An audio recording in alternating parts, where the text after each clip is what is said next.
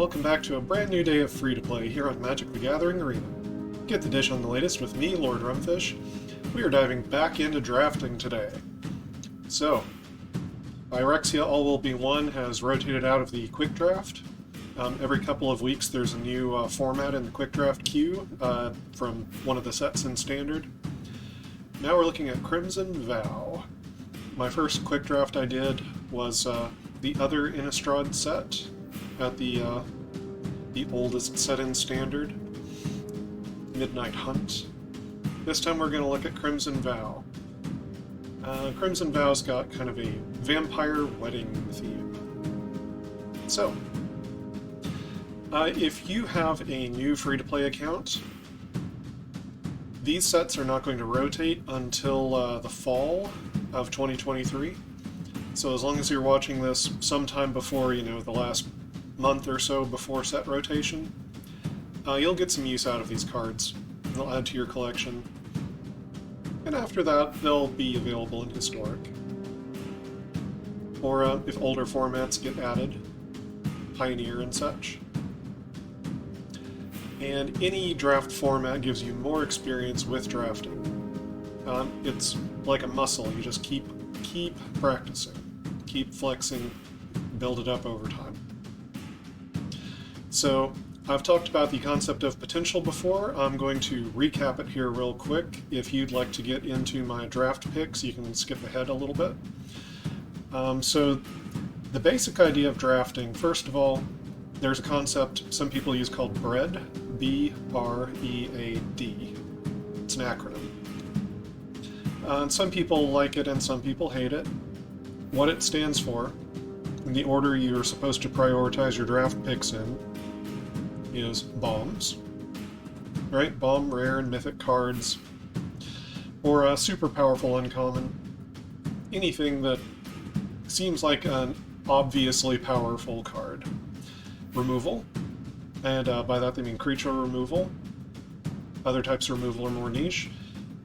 Evasion, which usually refers to flying. It can mean other things like unblockable, or even menace, or sometimes big trampling creature. Trample's a form of evasion. Aggro is the A in bread. That means being able to have a good mana curve, having good tempo, being able to take advantage of the early game, maybe punish an opponent who has a slow start. And the D in bread is for dregs. All the other cards you use to fill out your deck with enough playables. So, as I explained before, in my first quick draft video, bread has some problems. Let's say you don't open any bombs.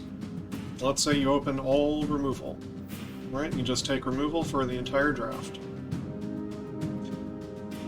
If your entire deck was all removal spells, and you have no threats, then you cannot win the game and you lose. That would be very silly.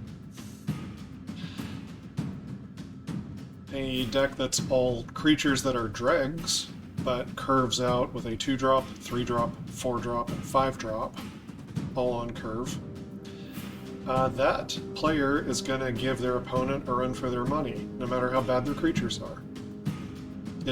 It may not win you the game, but it will give you a good game if you can curve out with just about any group of creatures like that.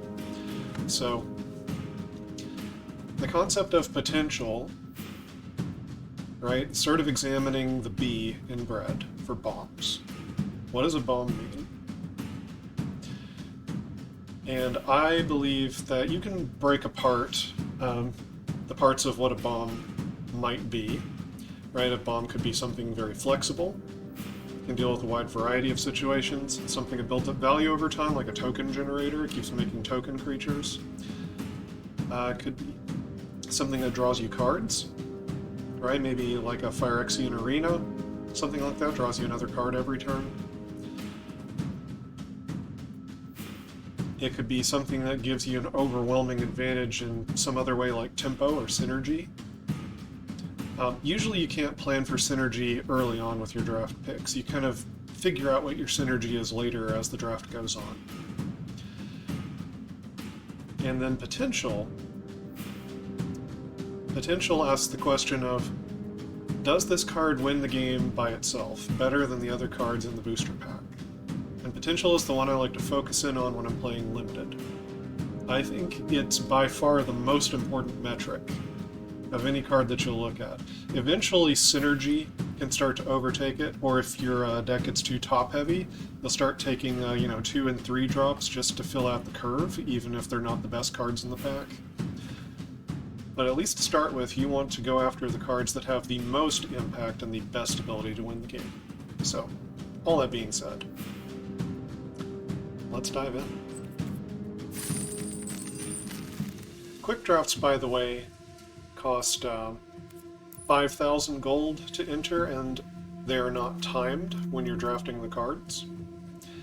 So this gives us a lot of time to discuss, but it also means that when you're just doing this on your own, you have lots of time to think about your draft picks to give yourself the best deck you can make. So, and it costs half as much, 5,000 gold, as doing a draft against players. And that gives you twice as much drafting experience. Anyway, Sorin the Mirthless. This is a nice rare slot mythic card to open. Does this card win the game by itself? So, Sorin, let's do the math here a little bit on how fast Sorin wins the game. Now, it's hard to measure the card advantage aspect of the +1, but for the -2, let's math out a little bit of using the -2 with the +1. So the moment you play him on turn 4, right, he's a 2/3 flying lifelinker. That's not terrible.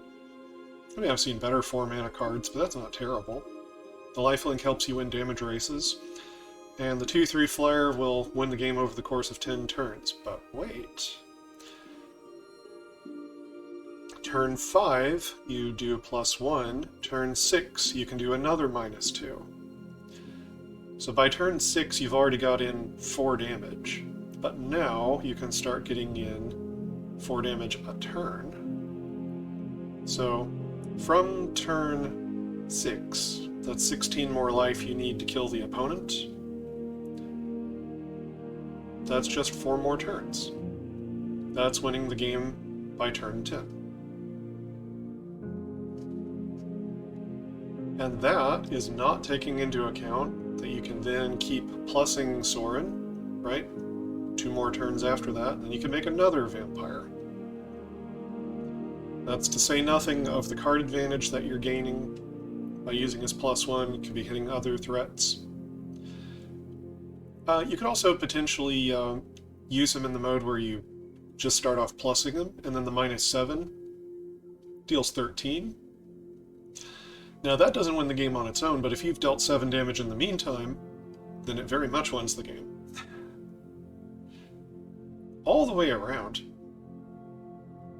Sorin's a very solid card. It wins the game in a timely enough manner, as far as I'm concerned, and just has a ton of utility packed in there. He sees standard play.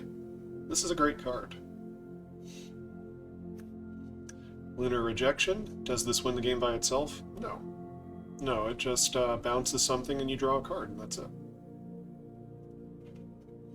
So, this is just a piece of interaction. Helper. No potential. Witness the Future. No potential.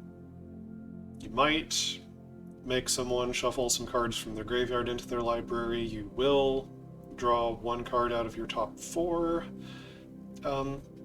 Technically speaking, this is not even card advantage. You use a card, replace it with a card.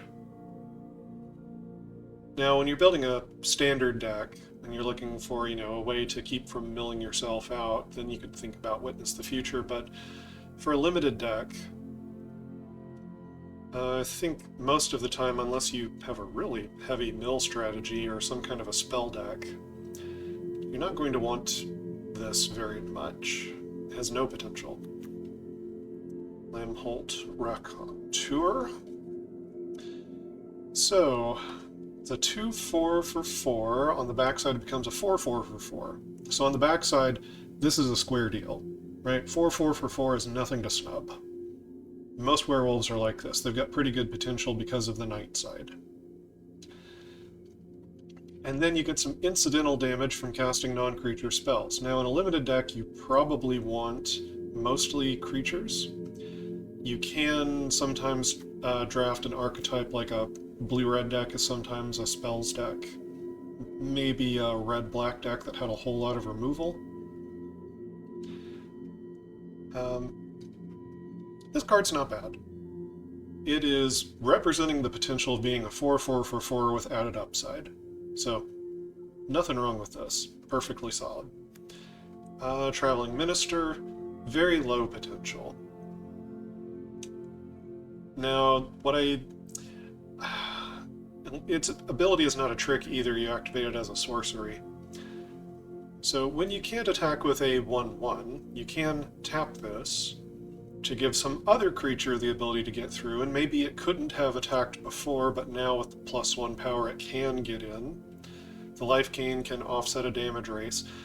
This is not a useless card, right? This is fine, but it's not that exciting.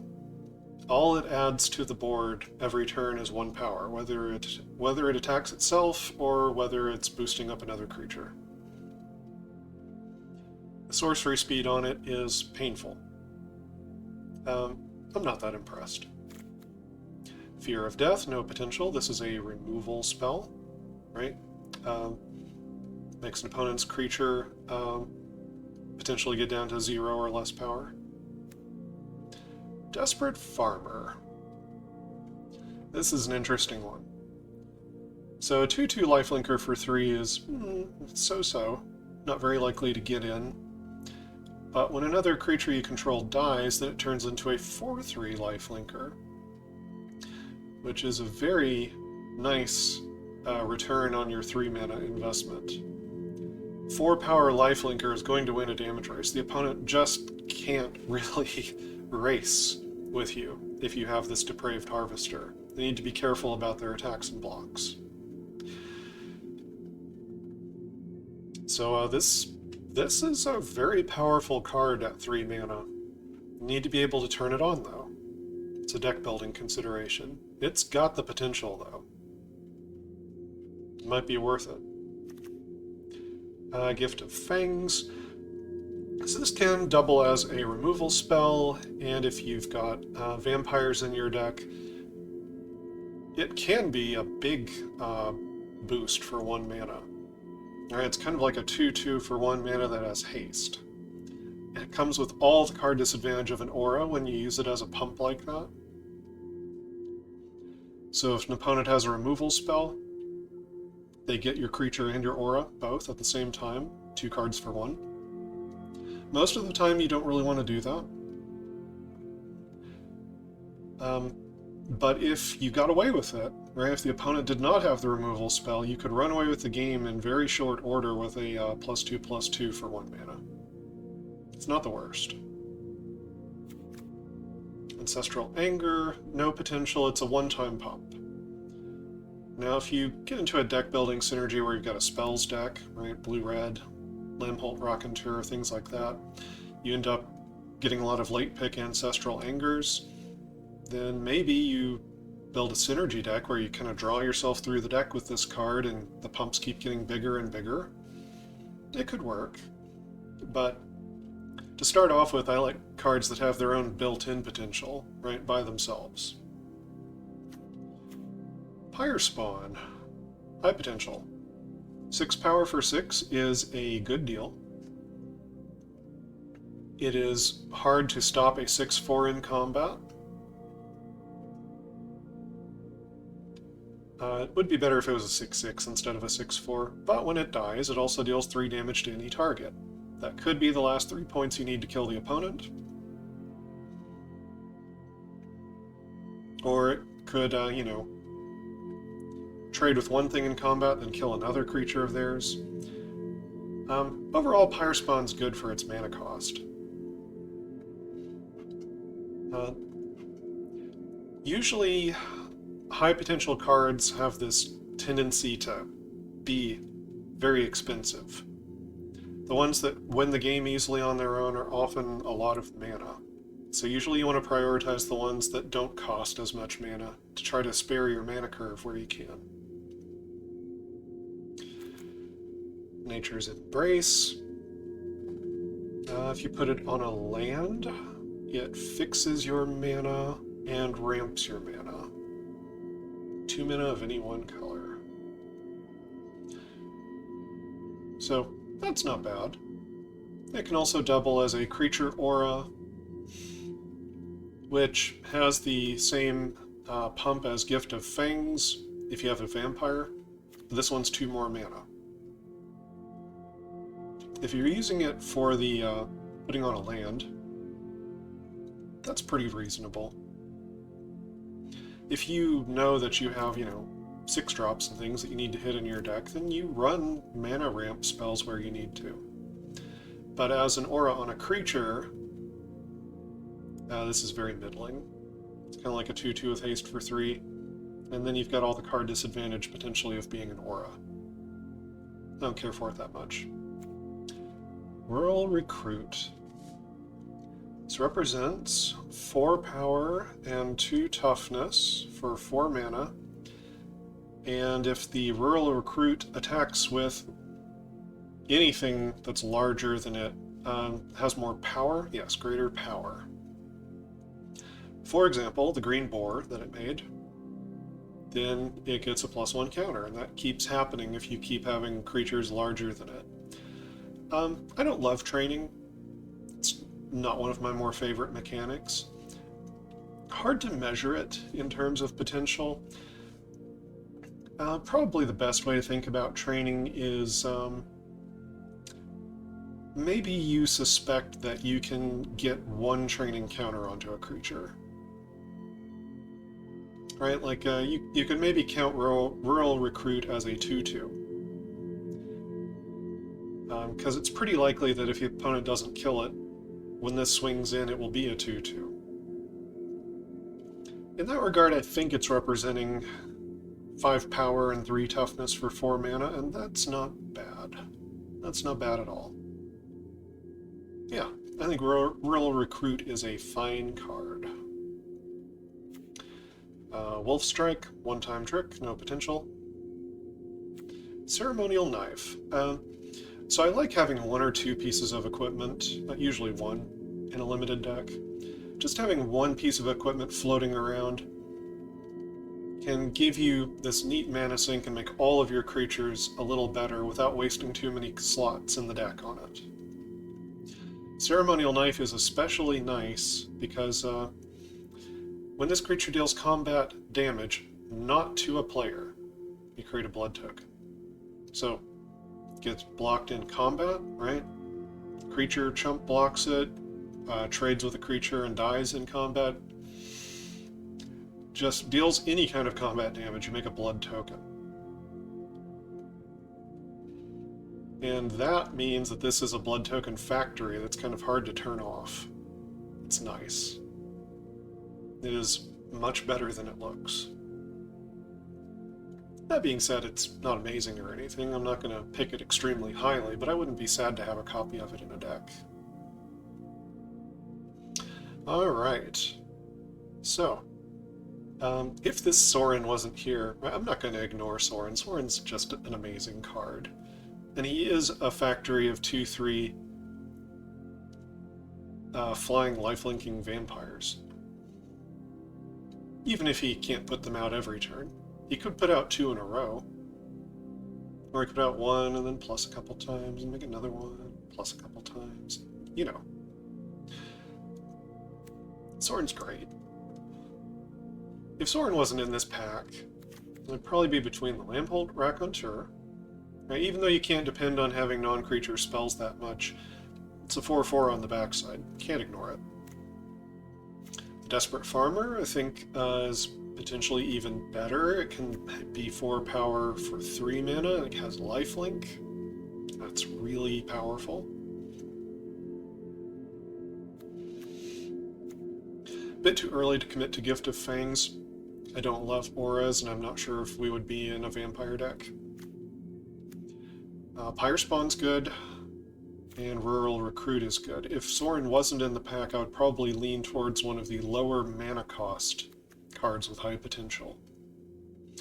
So if Sorin wasn't here, I'd probably end up with the 3 mana card, the Desperate Farmer. I think it'd be kind of a close call between this and the Rural Recruit. But I'm taking Sorin. For the sake of all Innistrad, my will must be obeyed. Okay. No potential, no potential. High potential. Voltaic Visionary is a really neat card. I should make a constructed deck with this at some point to show you all. So it starts out as a 3-1 for 2, and that already can kill the opponent in 7 turns. Right? It's 21 damage. But you can also use it, you know, deal 2 damage to you, exile the top card, you can play it this turn, do it as a sorcery, and when you play the card, even if it's just a land, you transform this, and then instead of being a 3-1 for 2, which was fine, now it's a 4-3. It can't block, but this is incredibly powerful. Playing this on turn 2, flipping it to a 4-3 on turn 3, then you get a card, right? You get a land or a spell or something when you do this, unless it's too expensive to cast. So that is a potential drawback of this card. If you know that about your deck, though, you can use it as a 3-1 for a couple of turns, attack with it, block with it, you know, it does fine. But if you get a 4-3 on turn 3 and then you can start attacking with it, it's 5 turns from there, right? So turn 8, you win the game, and all you spent on it was 2 mana, and it got you another card. Voltaic Visionary is a super cool card. It's very high potential for being 2 mana. Griff Rider. This is a little better than it looks. Because of the training, you can't rely on getting the training all the time, but if we assume you can get a +1 counter on this, it's a 3 power flyer for 3, and that's pretty phenomenal. So, solid card. If you can turn it on. Lantern Bearer's kind of low potential. 1-1 flyer for 1, you know, it'll get in, but it doesn't hurt that much. Eventually it dies, and then it gives another creature +1/+1 and flying. You don't have the card disadvantage of an aura because it started out as a creature, so it's just an extra spell at that point. And you can lift something into the air that's now more likely to hit the opponent, deals more damage to the opponent, and might be a lot more threatening than the Lantern Bearer was. This isn't the worst. Overall, I think it's, you know, kind of middling. Stitched Assistant. 3-2 for 3. It's kind of a bread and butter, you know, reasonable, fair. Has Exploit, so you can sack a creature, and when this exploits a creature, you can scry 1 and draw a card. So the question of whether or not you want to do that depends on if you have kind of a, you know, zombies, aristocrats kind of build. That's sort of what the blue-black deck is doing.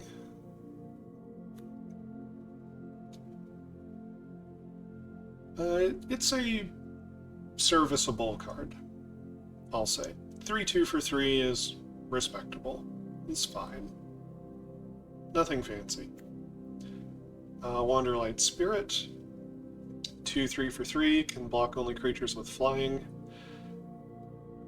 This is pretty good.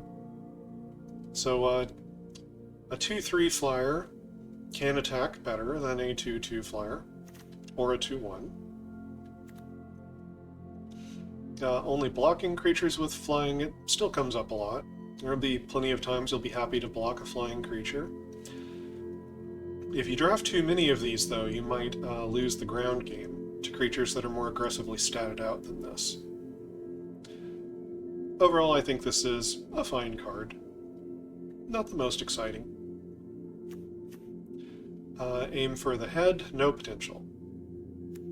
Vampire's Kiss, no potential. It's kind of a neat card. Makes 2 artifacts. Drains the opponent directly. But for limited, I'd say it's kind of junk. No potential. Belligerent Guest, 3/2 Trampler. Not bad. It is more likely to connect with the trample. And when it deals combat damage to a player, make a blood token. So because of the 2 toughness, Belligerent Guest tends to die, but it also does tend to hit pretty often, get damage through to the opponent and make at least 1 blood token. Overall, this is a very solid 3-drop. Hungry Ridgewolf. So if you can turn this card on, right, with another wolf or werewolf, to where it's a 3/2 Trampler for 2 mana, that's good. That's a good card.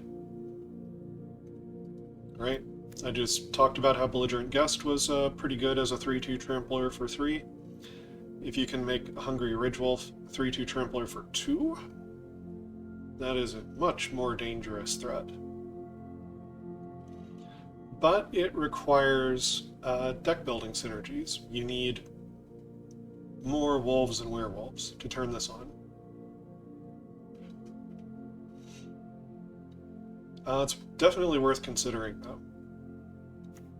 Lightning Wolf can gain First Strike for 2 mana as sorcery speed. This is a fair card. 4/3 for 4. Square deal. Sometimes you'll have the mana to spare to do this at sorcery speed, make it a better attacker.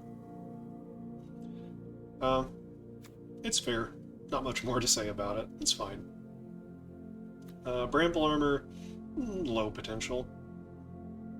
Right, I talked about equipment earlier with the ceremonial knife. Bramble Armor's fine. Attaches to something right away. The next time you attach it, it costs a lot of mana. It would be fine if you run it in a deck, but it's not that exciting. Okay. So I'm seeing a lot of great red cards here. There's some serviceable blue, but yeah, these red cards are much more exciting. I like to go for the lowest mana cost card that has the highest potential when I can, because it's so hard to build a good curve when you're prioritizing potential. Between Hungry Ridgewolf and Voltaic Visionary just feels like it can kind of slip into any deck. It's just generally good. I like it for that reason. I like it for building constructed decks too. I'm gonna take it. Ballista Watcher. 4/3 for 4.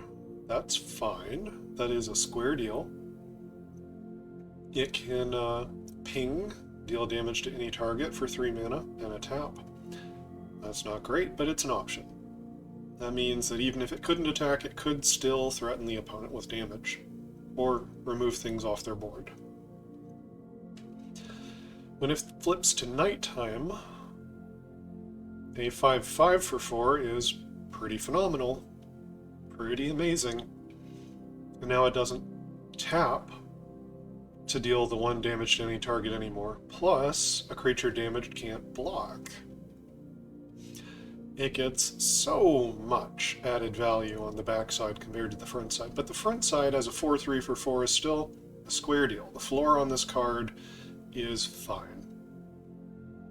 So, overall I like it. Runebound Wolf, 2/2. 4 and tap deals damage equal to the number of wolves and werewolves you control to an opponent. So, Runebound Wolf has low potential on its own in a deck with all of the synergies in place. Where you've got your wolves and werewolves. This can be the kind of late game reach we used to call it. Not where you can block a flyer, but just meaning that you can reach out and damage the opponent's face without combat damage. Runebound Wolf gives you a way to win the game in the late game if the board has stalled out for some reason. So I don't think I'd want a whole deck full of these. If you have too many of them, they start to just become grizzly bears. But having, you know, one or two of these in a deck where the synergy is really tight could be excellent as a way to finish out the game. Unholy Officiant. So, can Unholy Officiant win the game by itself? It can, my friends. It can. But at an enormous cost. Okay. Do some quick math here. So you play at turn 1. On turns 2, 3, and 4, attacks for 1. Right? This is against like a, you know, goldfish opponent, not interacting with you in any way. So when you get to turn 5, you've dealt 3 damage. Then you put the first +1 counter on this. So then you hit for another 2. Now you've dealt 5 damage, turn 5. Turn 6, you deal another 3. So that's 8. Turn 7, you deal another 4 damage, that's 12. Turn 8, you deal another 5 damage, that's 17. And turn 9, you deal, what, another 6 damage, and that's 23? Okay, turn 9. So Unholy Officiant wins the game faster than a 2-2. Where I would take a 2-2, 10 turns to kill the opponent. We mathed it out. This will do it by turn 9. That's 2 turns sooner than a 2-2 for 1 would have done. At the cost of 5 mana every turn from turn 5 onwards. In all seriousness, if you need to, you know, get some 1-drops in your vampire deck or your cleric deck, you could do worse.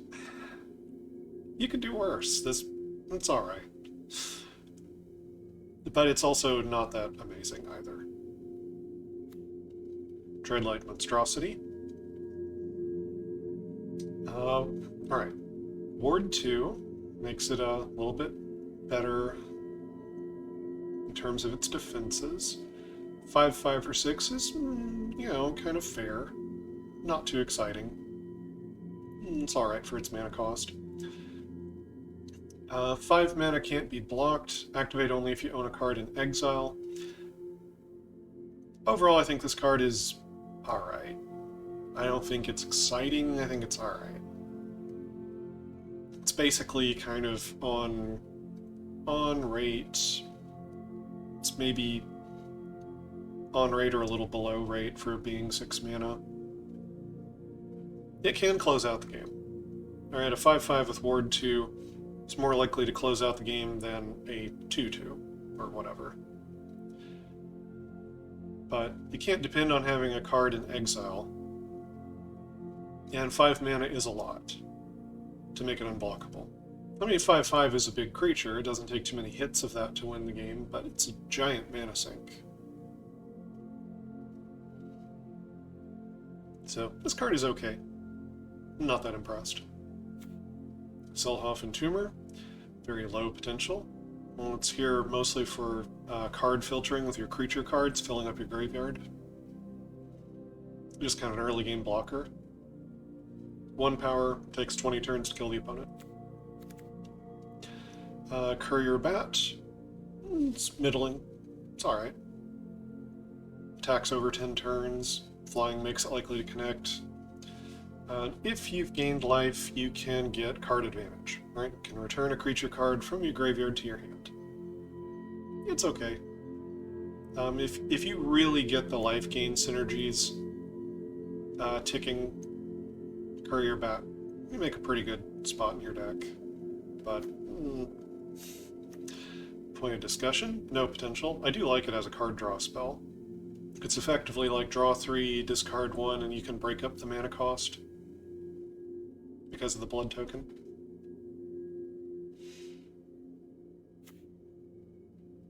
Ragged Recluse. If you can turn this on, if you can turn on the Ragged Recluse, discard a card, which blood tokens do. It turns into the Odious Witch. So, a 2-1 for 2 is a very so-so card, pretty low potential, but the Odious Witch is a 3-3 that when it attacks, it also drains the opponent for 1. It's like it has 4 power in terms of how threatening it is. In that regard, it has some things in common with the Voltaic Visionary, threatening to be a 4 power for 2 mana. So if you can get this to flip, then it's very dangerous for its mana cost. Right? Only takes 5 turns of the Odious Witch attacking to win the game. It's very good for a 2-drop. Life gain can help you win a race, too. Undying Malice, no potential. It's a trick. It's a good trick. I wouldn't snub having one of copy of this floating around in a limited deck. Could really blow out the opponent when they try to hit you with a damage destroy effect, and the creature just comes back bigger. This is actually a nasty trick in Constructed, too. Some people use this on prototype creatures, like the Phyrexian Fleshgorger. So, no potential, but still maybe worth considering if you pick it up late. Falkenrath Celebrant, 4/4 Menace for 5, makes 2 blood tokens. This is a fair card. 4/4 Menace is hard to stop. It's reasonably likely to connect with the opponent. Having to put 2 creatures in front of it means they can't necessarily get a good block on it. 2 blood tokens is nice to have. I think it's a very fair deal for 5 mana. Pretty good card. Massive Might, no potential, 1-time trick. Wedding Invitation, no potential, 1-time trick. Kind of a neat card. Like the art. Alright. So, I think the highest potential cards here are the Ragged Recluse, the Dreadlight Monstrosity, and the Ballista Watcher. I don't think the Monstrosity is so good that I want to go into double blue pips at this point. I don't have my colors nailed down yet. I could go into anything right now. But I like going for the lower mana cost things that have really high potential. I don't know if I'm going to find the means to turn on the Ragged Recluse, but I'm going to keep an eye out for them. Because the potential of the Odious Witch is so strong, I don't think you can ignore it. So I'm going to take the Ragged Recluse here. Demonic Bargain, no potential. So exile the top 13 cards of your library. This is actually a pretty good spell if you make a constructed deck and you pack it more than 60 cards. Now everyone will tell you you shouldn't do that. Ignore them. I mean, you'll have a more consistent deck if it's 60 cards. But just padding out the deck a little bit will keep Jace from milling you out effectively. Right, if you have an 80-card deck, 90-card deck, at that point, Jace doesn't look like a very good win condition anymore. It's not hard to get 80, 90 playables in a constructed deck. In fact, it's not hard to get like 200 playables in a constructed deck. Don't tell anyone. So if you do that, Demonic Bargain, you'll never miss those 13 cards. You'll just get this 3-mana tutor effect and you'll be fine with it. For limited, this is probably a death sentence. Exiling 13 cards out of a limited deck, it's hard to get, enough playables to start with. It's hard to push it above 40 and have that many playables. Demonic Bargain puts you in real risk of decking. And this card by itself is, just something that finds you what you're looking for. It's the piece to another piece. It has no potential to win the game on its own. So, I don't like it here for this reason. Wash Away, no potential. Doesn't win the game on its own. Nurturing Presence. The aura gives the creature you put it on +1/+1 when it first enters the battlefield because the spirit comes in. So it sort of represents 2 power and toughness on that first turn. And that +1/+1 has haste. The creature you put it on can attack right away. But then triggering it beyond that, you have to keep getting creatures to enter the battlefield under your control to get that +1/+1. So it needs assistance to keep, staying as if it has 2/2 worth of power and toughness. You have to keep getting a creature out every turn. Now if you can do that, or get more than 1 creature out every turn, that, could run away with the game, could be greater than the sum of its parts.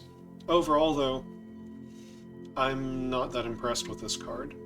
This would be something for a creature token deck if you have all the synergies in place. Dreadlight Monstrosity, it's alright. Unhallowed Phalanx. This card is for exactly 1 deck in this format. If you don't know the format, you might not realize that. So there's a Toughness Matters theme in this set. There's a couple of cards that can help this to win you the game. One lets creatures assign damage with their toughness. So then this is a 13/13 that comes into play tapped. If you have that card out, and the opponent doesn't get rid of it. Another one is a zombie. It's like a 1/5 for 3 mana that if you have, at the beginning of combat, if you have 3 or more creatures that have higher toughness than power, then that zombie flips and turns into a 2/6, and it gains an activated ability of 3, tap, sacrifice a creature. The opponent loses life equal to that creature's toughness.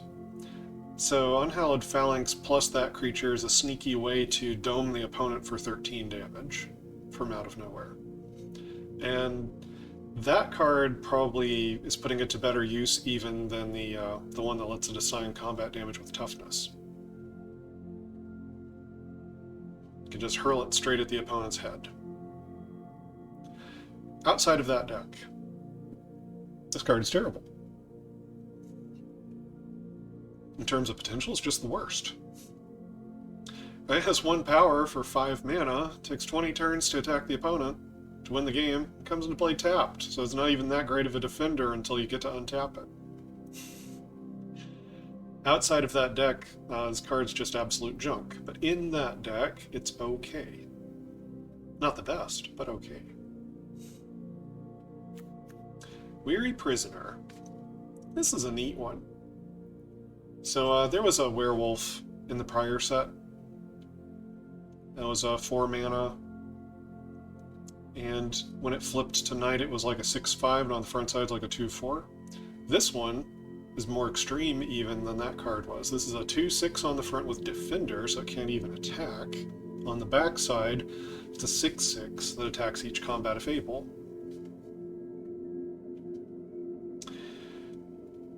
A 6/6 for 4 is a phenomenal deal.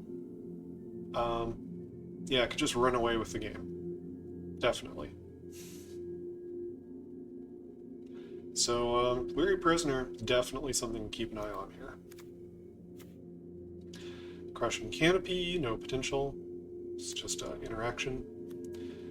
Dawnheart Disciple. Alright, this needs synergy interactions to be more than a grizzly bear. The grizzly bear has pretty low potential. It's more of a tempo card than it is a high potential card.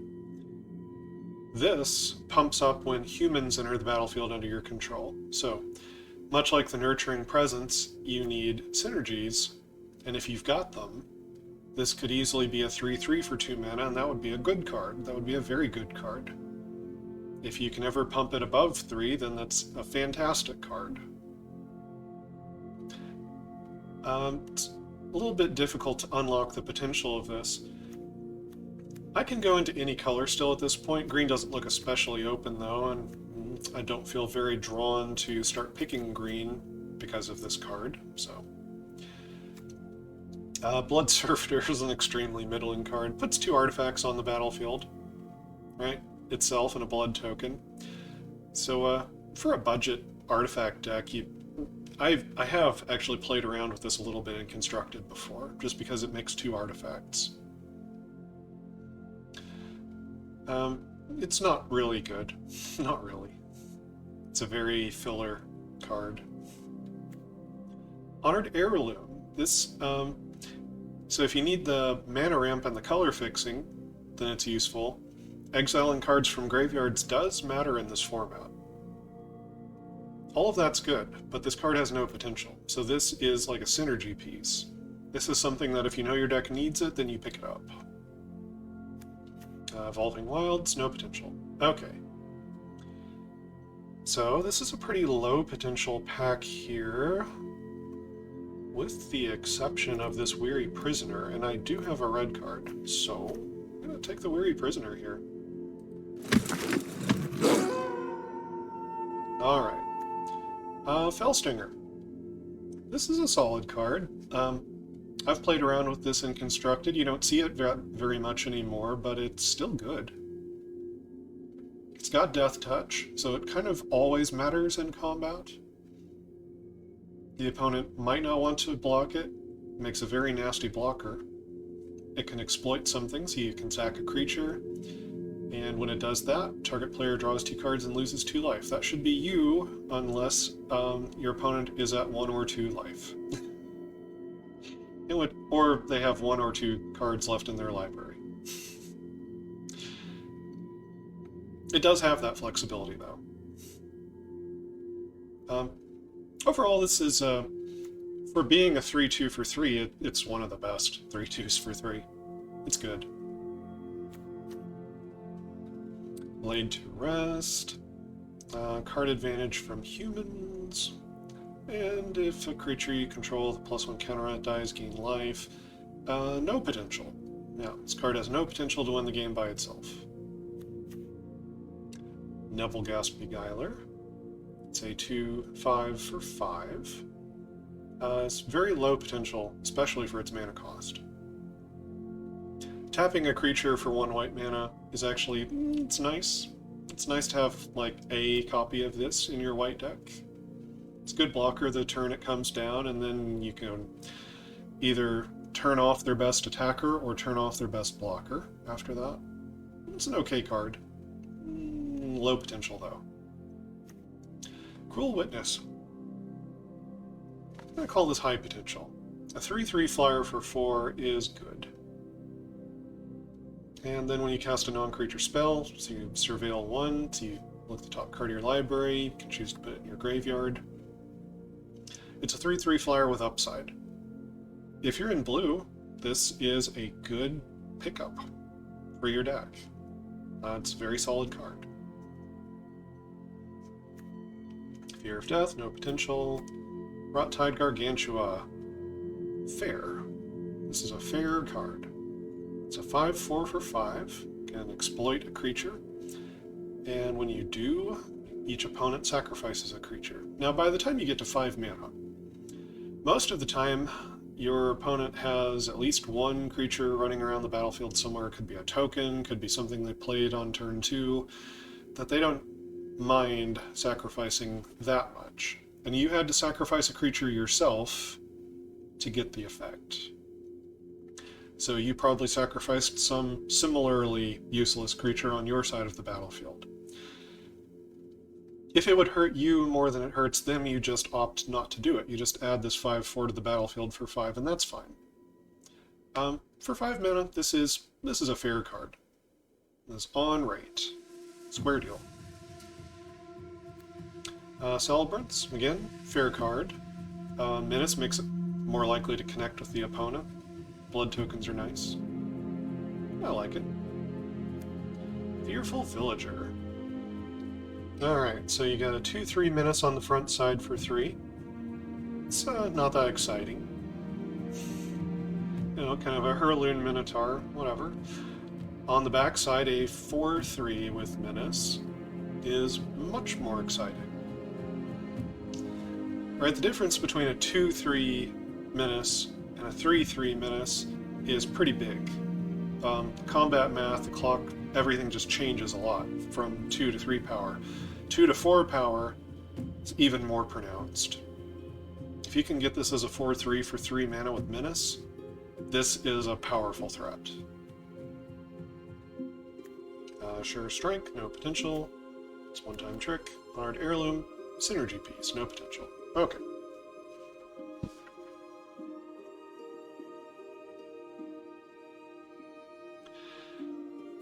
Cruel Witness is good. It's hard to tell if blue is open here.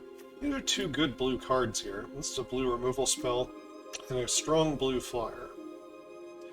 It would be one heck of a pivot to change from what I've picked here into this.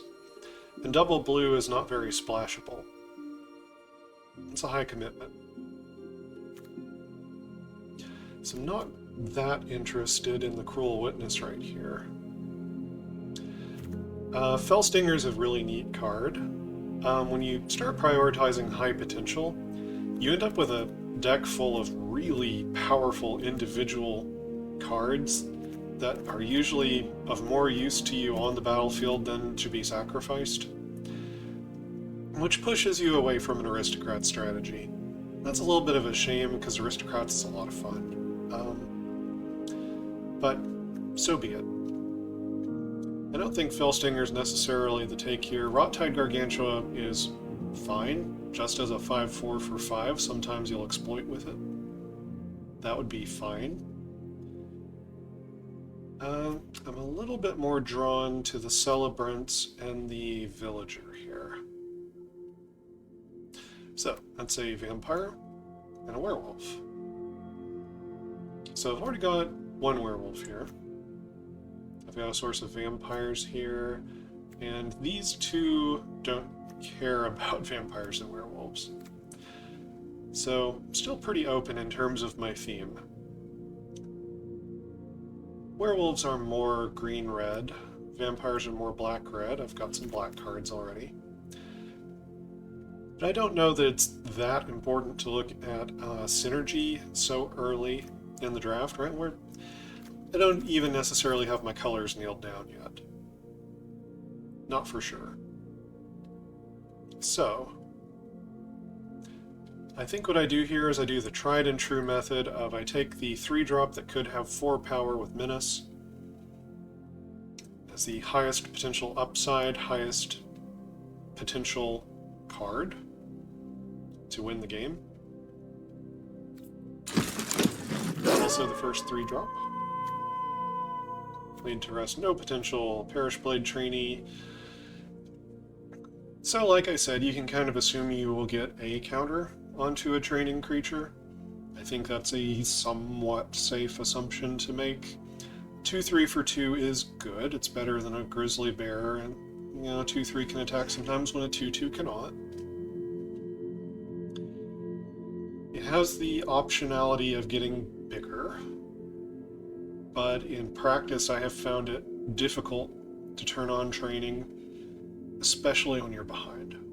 Training is so rough when you're behind. You can build the deck to take training into account, and sometimes getting 1 counter on the creature is good enough, but it's really difficult to envision this card as a 3/4 or a 4/5. That usually doesn't happen. So, with the experience I've had with this format, I'm not that impressed with training. Piercing Light, no potential. Ragged Recluse, high potential. Threatens 4 damage a turn, and some life gain, if you can get it flipped over. So do I have anything that discards cards yet? No... Okay, but if I take another Recluse, I'll definitely be looking for something. Rot-Tide Gargantua. Fair. It's a fair card. It's just fine. Undying Malice, wouldn't mind having it. Pick it up as a late pick, maybe. Phalanx. Probably wouldn't prioritize it that highly, even if I was in that deck. You'll get them like 15th picks or something. Muldgraf Millipede. This is good. Very often this will be a 4-4 or a 5-5. Just, you know, my experience with the format. If you can really build your synergies into where you're doing a lot of self-mill and you're getting a ton of things into your graveyard, then if you can get this for 6-6, that's above rate. If you can get it for 7-7 or more, that's phenomenal. It's hard to do, though. In my experience, that is hard to do. So mostly I would call this card fair. Witch's Web. It's a good trick, but no potential. Alright.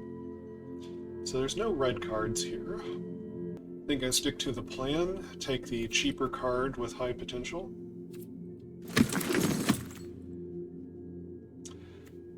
Okay, 1-3 for 2 that might gain you life, low potential. Supernatural Rescue, Flash with the Spirit, tap creatures, +1/+2 for 4 mana, that's very low potential. And it's Nora. Yeah. Yeah. Efficient, not bad for a 1-drop. It's alright. I'm not in white at this point. We'll see. Binding Geist. This is fine. It has 3 power for 3 mana, which is, you know, that's alright.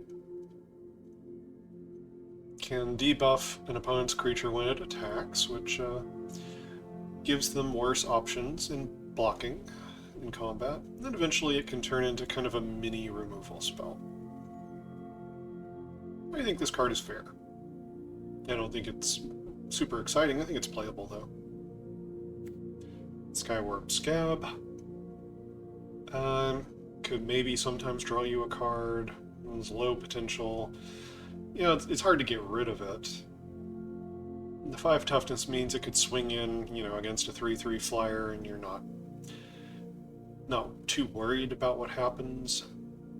So if you go wide with flyers, the 2 power for 5 just isn't very exciting. Don't care for it. Low potential. Stitched Assistant is fair. Alright, I've got several fair blue cards here. Persistent Specimen. Low potential. And the sucker keeps coming back, though. Just over and over and over. Keeps coming back. I do like that aspect of it. It's not just a 1/1 for 1. It's also a whole bunch of 1/1s for 3. But not in such a way that you can build a wide board. So, kind of a tool piece for an aristocrat's deck. As far as 1-drops go, though, the potential's not the worst. It's just so darn hard to deal with. And the Epicure. Epicure has a faster clock than the Persistent Specimen, deals a damage to the opponent. Also makes a blood token. And this, I think, is the point at which we need to figure out if we're going to take this Voldaren Epicure. The blood token does help with these Ragged Recluse. It's a tool that we want in this deck. It's not got a lot of potential as a 1-drop. The Persistent Specimen over a very long game might actually be better. The blood token is a very nice synergy to turn on these Ragged Recluses, though.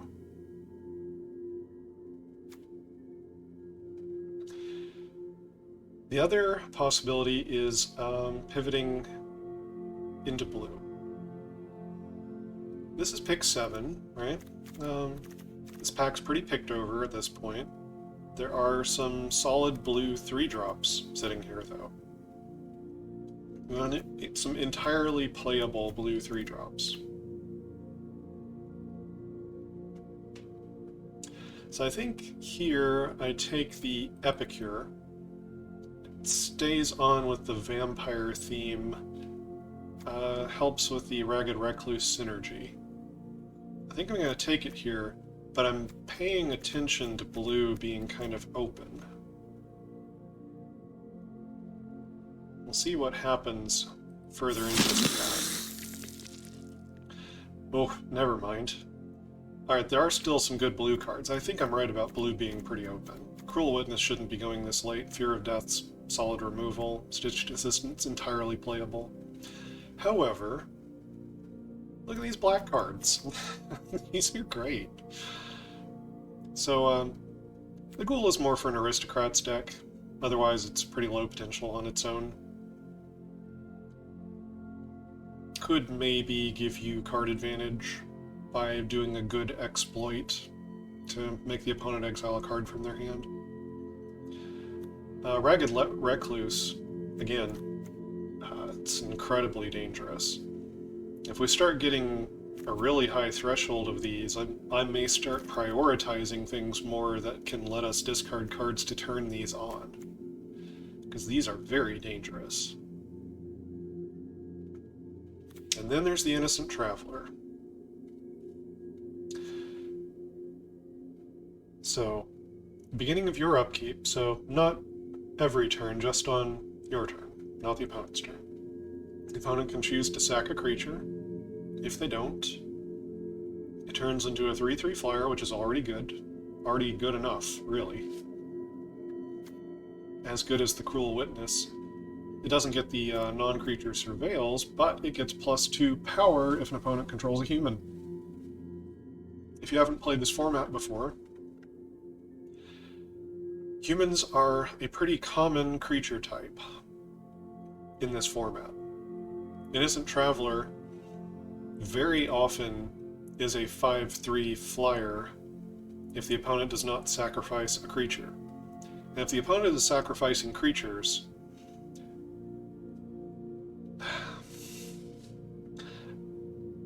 I mean, there could be a weird game state. There could be a weird game state you could get into where the opponent continues to have things to sacrifice, is somehow keeping this down and somehow winning a damage race with you, in which case if it stays on the front side it's got low potential, and if you're somehow not taxing their resources in a meaningful way, that's bad.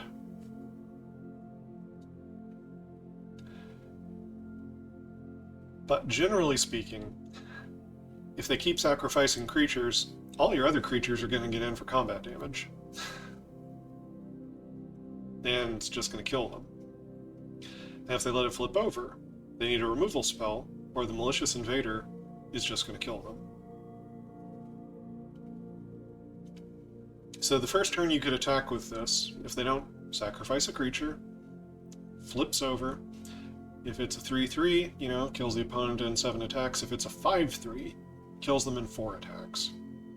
That's turn 8. By itself.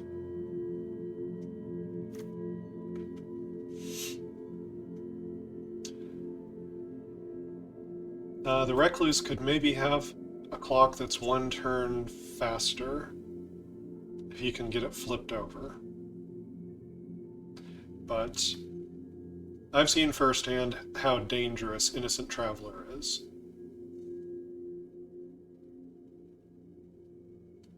And I think it's not as hard to turn on as the Ragged Recluse.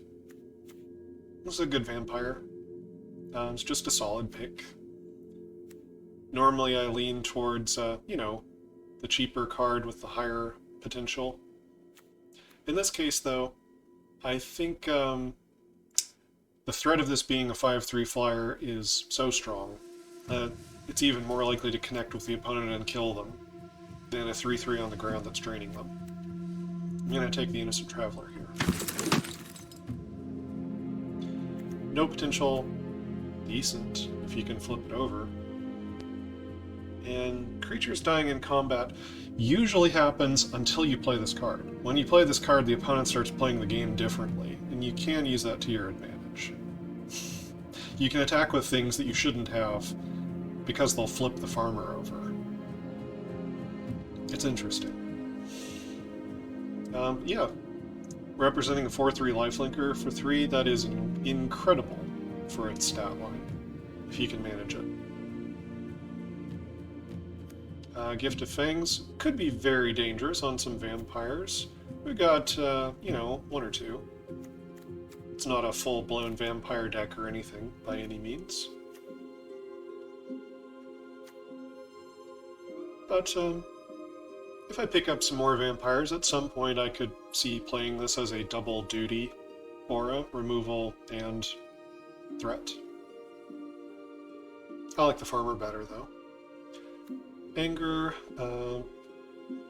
basically no potential. Pyre Spawn, high potential. This is a very threatening card. Alright, once this is on the battlefield, your chances of winning the game have gone much higher. It's just getting to the point where you have 6 mana is the thing. And the Ceremonial Knife, which can create blood tokens, and at some point if my Recluse count gets really high, I'm going to start looking for more ways to discard cards. I think the take right now, though, with my lack of 3-drops is the Desperate Farmer. Potential of being a 4/3 lifelinker is very nice. No potential, middling, no potential, decent. Low. Okay, Lightning Wolf. I mean, it's basically the highest potential card here, and it's in the colors. Alright. Runebound Wolf is... it's okay. How many werewolves do I have? Wolves and werewolves, I mean. 1, 2... 3...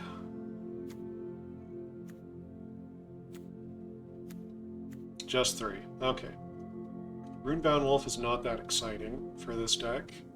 I mean, 2-drops, sometimes you just need 2-drops. Could take it for that reason. Selhoff Entomber, even worse than the Wolf is. Pointed Discussion. The Blood Token could help turn on the Ragged Recluse. That might be a better synergy than the Runebound Wolf. And the Wedding Invitation can draw a card, make a creature unblockable, and give a vampire lifelink. It's not that much of a vampire deck. Okay. Got 10 cards. I've got 9 creatures. 9 creatures and a planeswalker that makes a creature. So.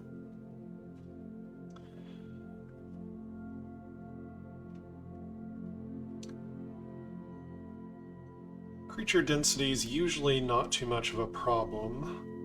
If I take the Runebound Wolf here, I will not have to worry later about making sure I've got enough 2-drops not to get run over. If I take the Pointed Discussion, I think there's more of a risk that it gets cut in the final version of the deck. I think I'm going to take the Wolf here. There's a chance we could end up with a high number of wolves and werewolves. I think there's more chance a 2/2 for 2 might make the final deck than the Pointed Discussion.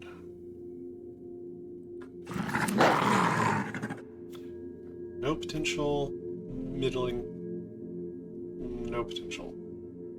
Okay.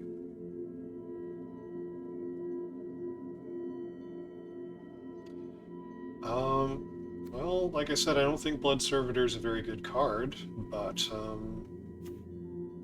I don't know that I need the mana fixing for this deck if I really just stay into 2 colors, which is starting to look very likely at this point. I've done a fine job of coming through pack 1 with a solid red-black build. Then I don't think the heirloom is that necessary, and can probably pick up some as late picks anyway. This might not make the final version, but I think you still take the card with potential over the card that doesn't. I do need 3 drops. They'll probably get cut later. I'll take the surgery. Alright. Beguiler.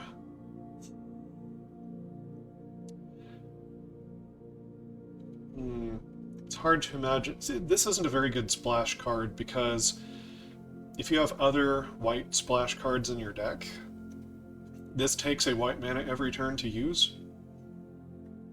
So if you have any other white cards in your deck in your splash, then it's kind of terrible because you have to choose between using this or casting your other white spell. If it's really the only white card in your deck, it could be okay. That being said, it's playable, but it's not amazing. I think the Honored Heirloom has more chance of making it in the final deck than this does. Millipede? It's a fine card, but it's probably not where we're headed. Jacob Hawken, no potential. So, he has 0 power, and then he has this card advantage thing that he does. And eventually the card advantage can turn into free spells after you've paid 2 and then paid 6. He's actually better than he looks. He was seeing a little bit of constructed play, a small amount, for a little while. He's alright, but we're not blue, and I'm not that impressed. Cartographer Survey, no potential. Also, the art does not match this set at all. Look at that art. What is it doing? It's from, like, this art is from Kaladesh or something. Reclusive Taxidermist. It's actually pretty good.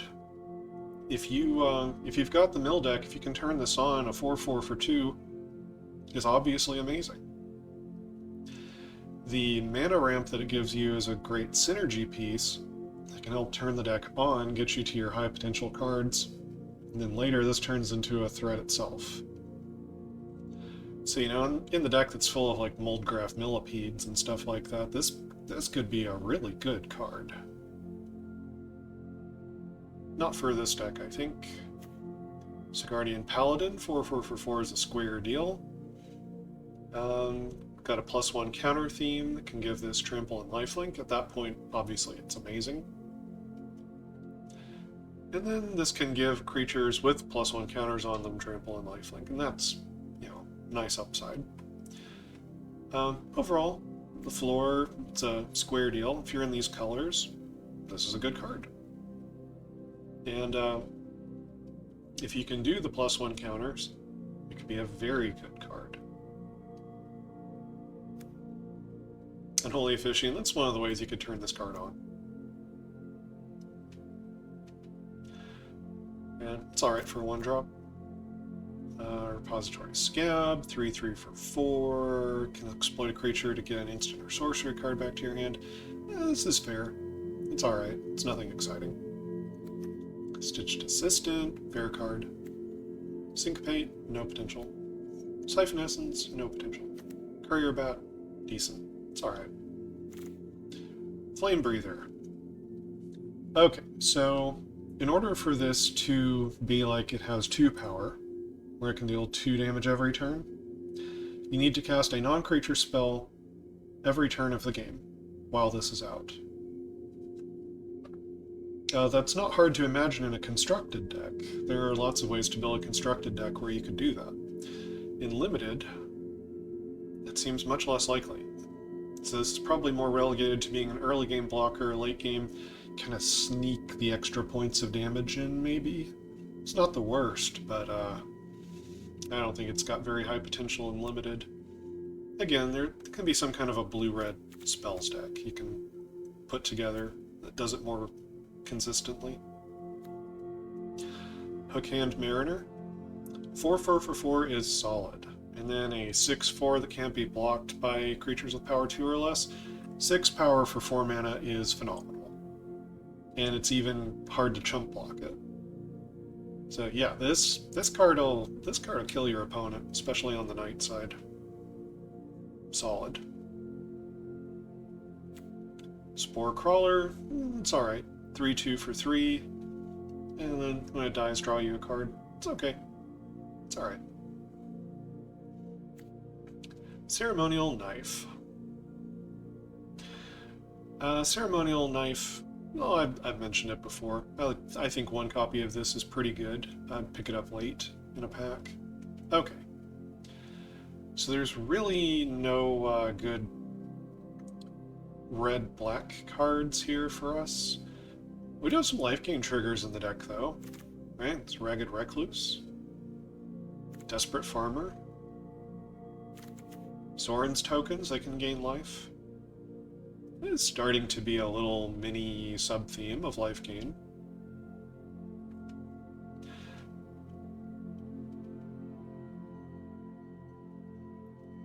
So,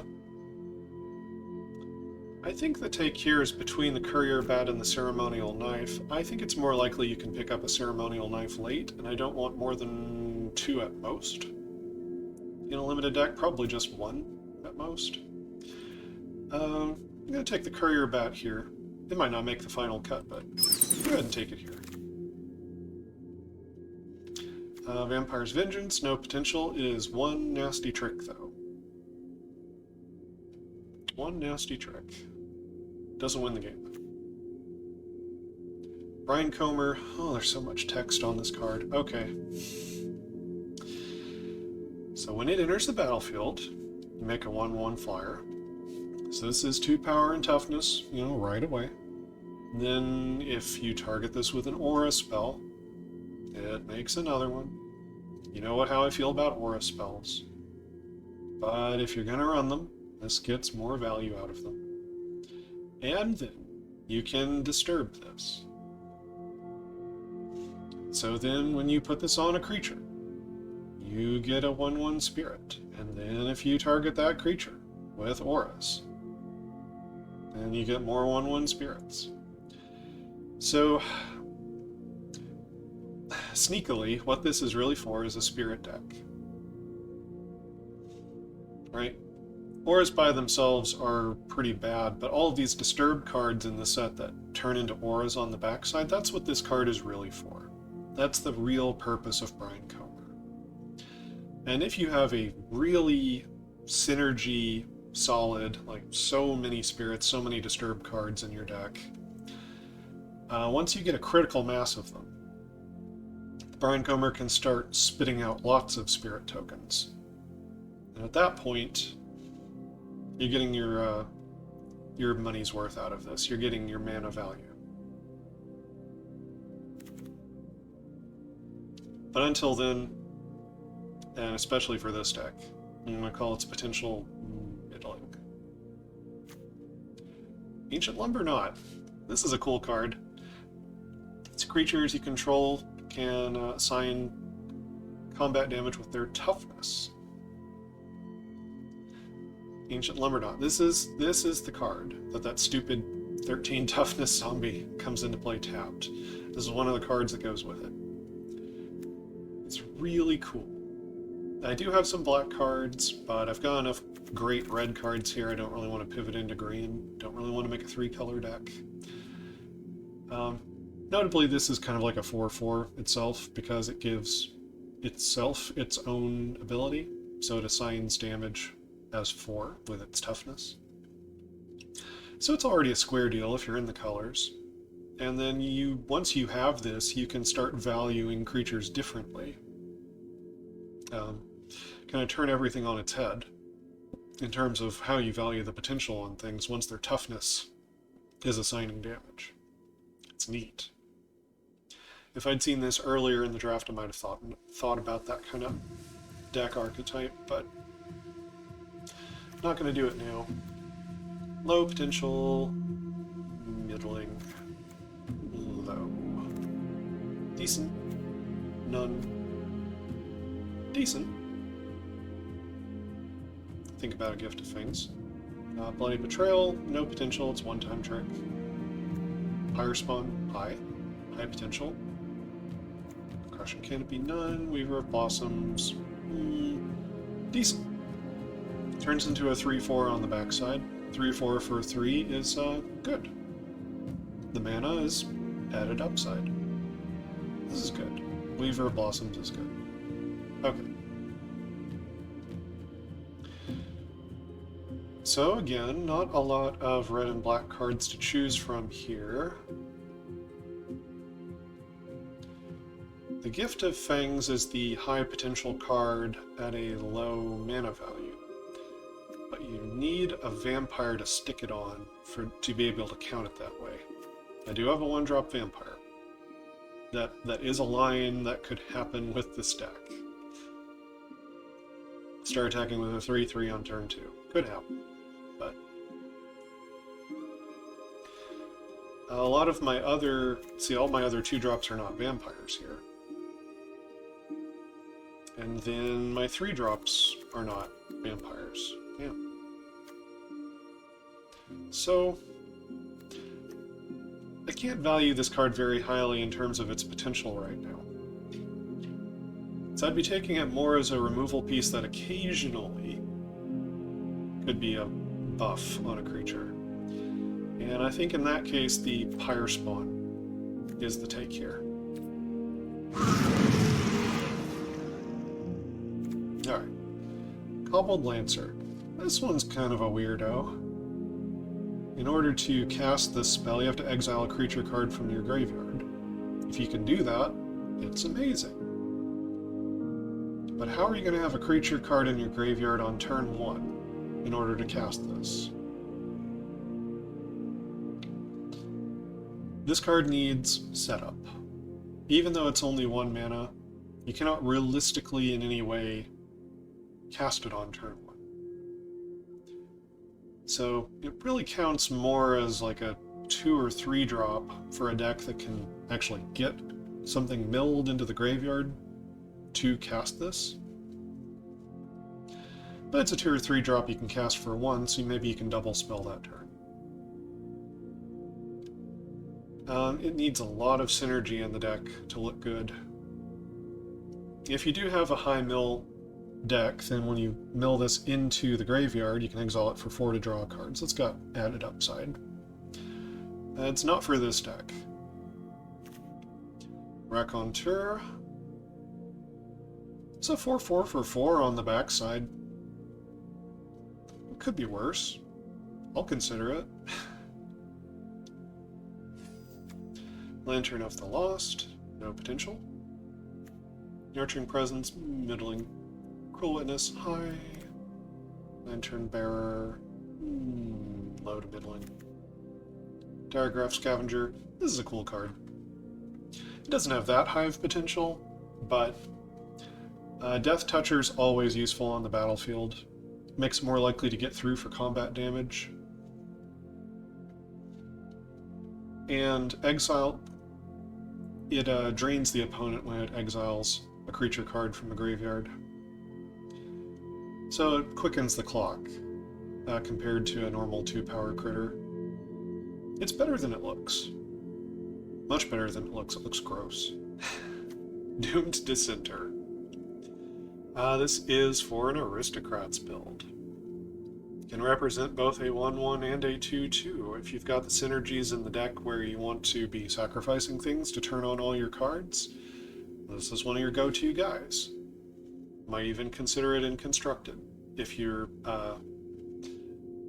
synergies run that deep.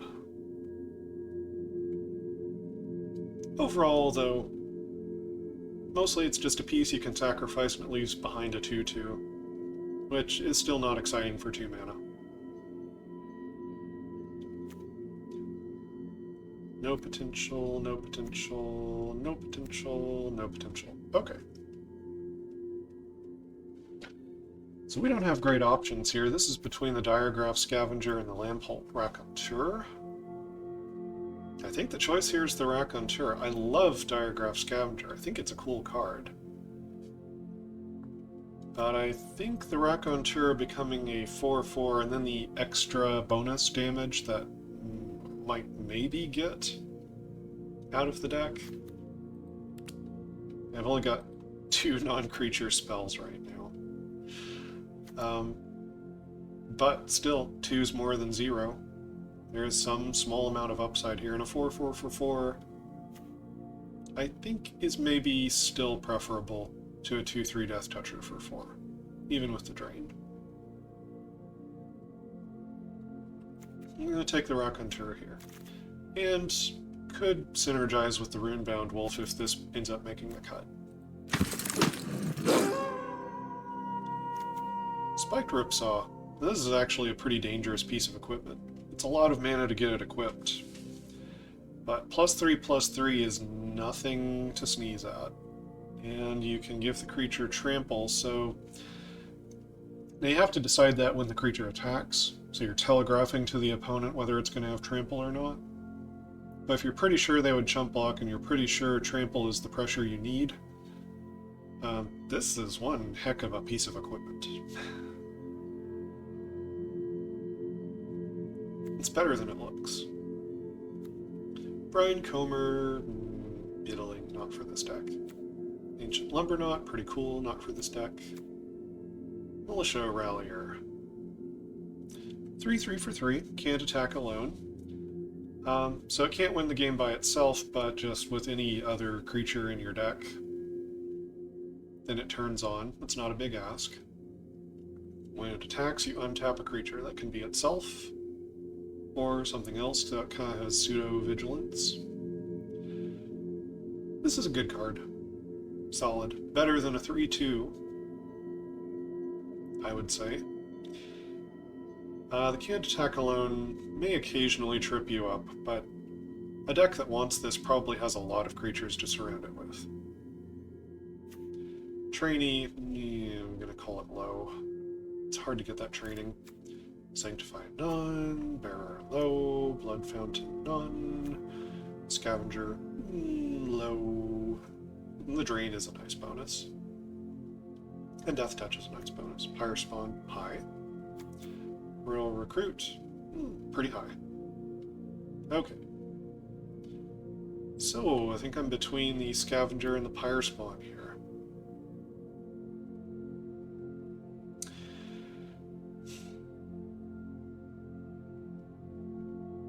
Not quite sure where the curve is going on this deck. I've got a lot of 4s already.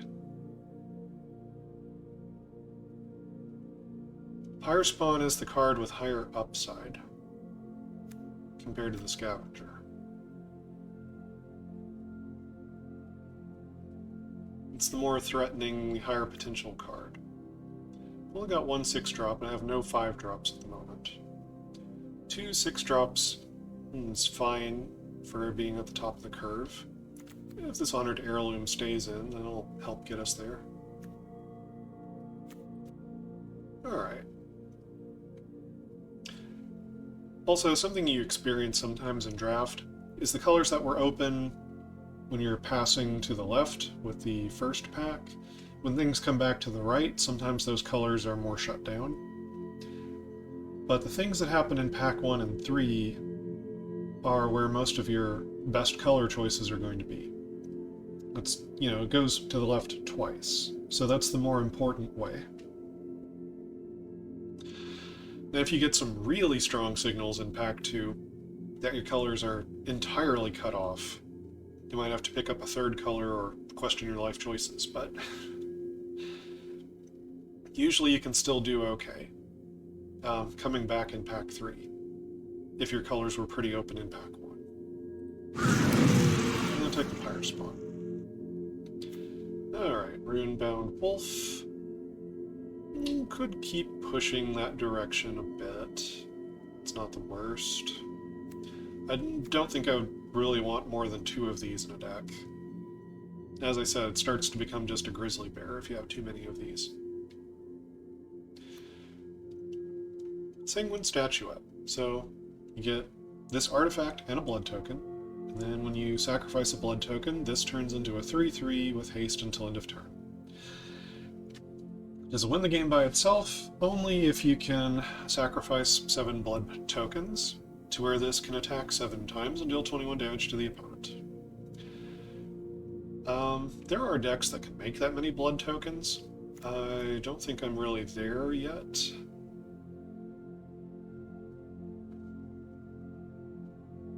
I would like something that makes blood tokens to turn on these Ragged Recluses.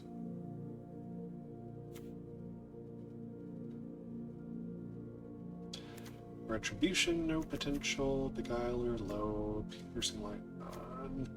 Low, none. High. I really like Weary Prisoner. Might be the take this pack. Low. The toughness being so high on Apprentice Sharpshooter, I think it's more likely you could get it to like a 3-6 rather than just a 2-5. It's much more likely to survive combat with that high toughness. Very often, though, it's probably relegated to being a blocker. Nature's Embrace, if you need the mana. Okay. So this is between the Wolf, the Statuette, and the Weary Prisoner. I mean, Prisoner's a very dangerous card. At some point I'll have to pay some attention to my mana curve or my synergies, but I think I'm still taking the high potential cards right now.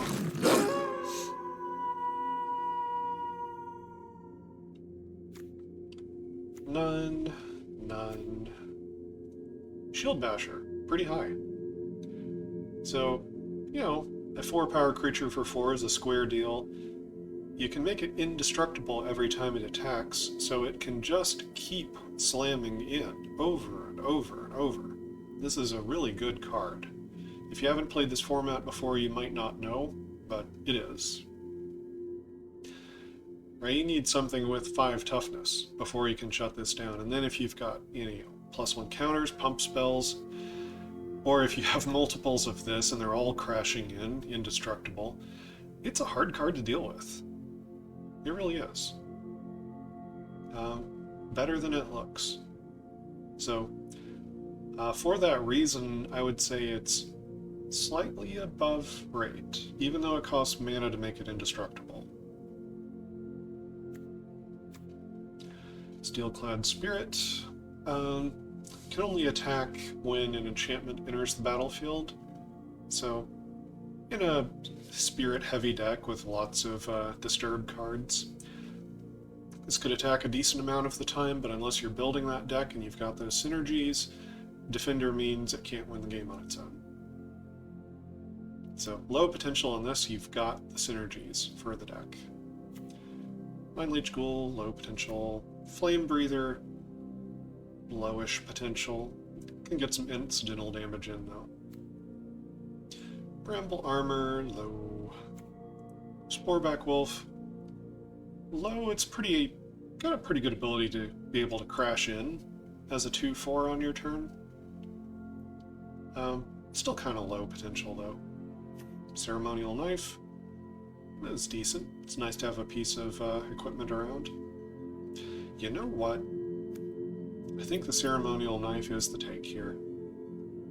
I need ways to get some blood tokens to discard cards to turn on the Ragged Recluse. I'm gonna take it. It might not make the final cut.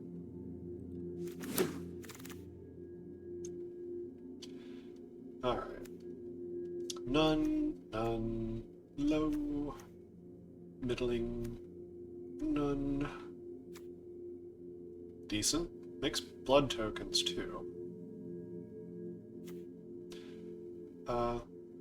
Low. Death Touchers are nice to have. It's low potential, though. None. I'm gonna take the Belligerent Guest.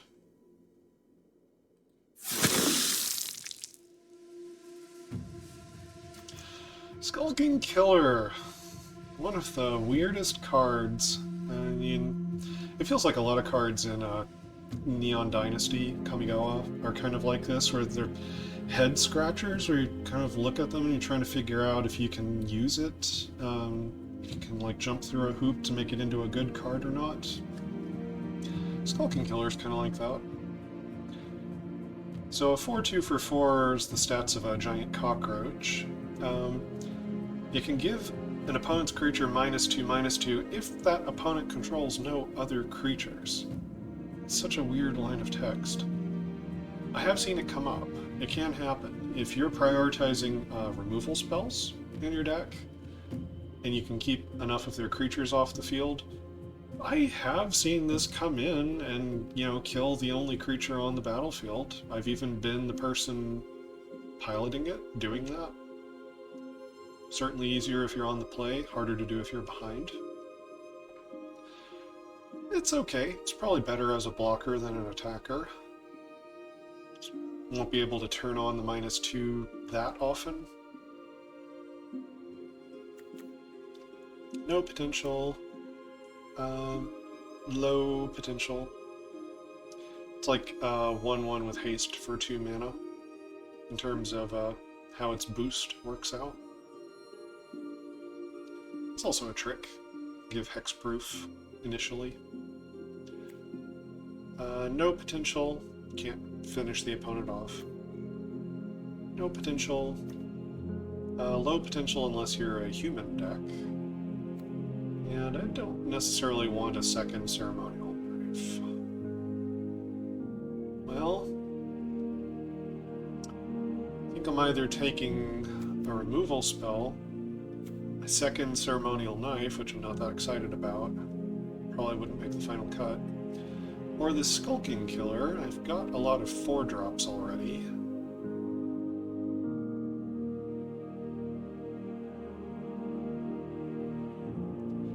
I'm trying to remember how many 1-toughness creatures are in this format. How much does that come up?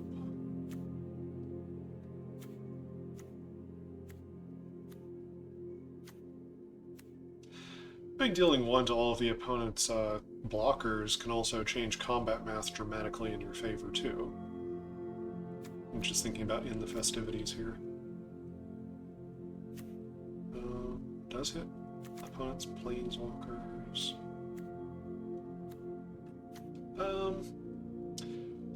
1-mana spells tend to just be kind of low impact.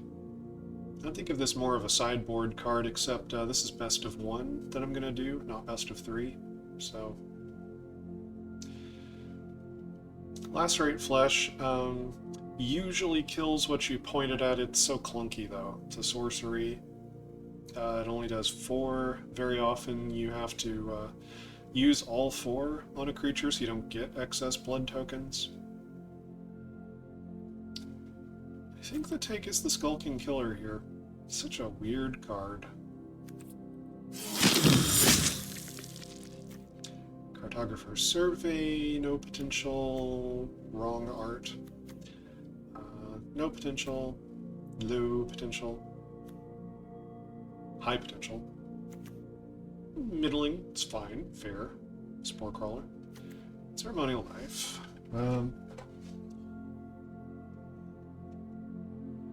This choice again. So I think I'd take the Flame Breather here, just to ensure that I end up having plenty of 2-drops. I recall this format being fairly aggressive. Not excited about running this card, but it might not make the final cut. Low potential, middling, low, none. None. Okay, this is bad. Sometimes that happens. We hold down the Alt key here. Pick something I've got 0 copies of. How about Bloody Betrayal? Go ahead and put it in the sideboard. Really doubt it would make the deck. Okay. So I know Lantern of the Lost is an uncommon, but there is at least some chance that Point of Discussion could make the main deck. Probably won't, but I'm going to take it. These are not in our colors. I'm definitely going to take the Ancient Lumber. That's a cool card.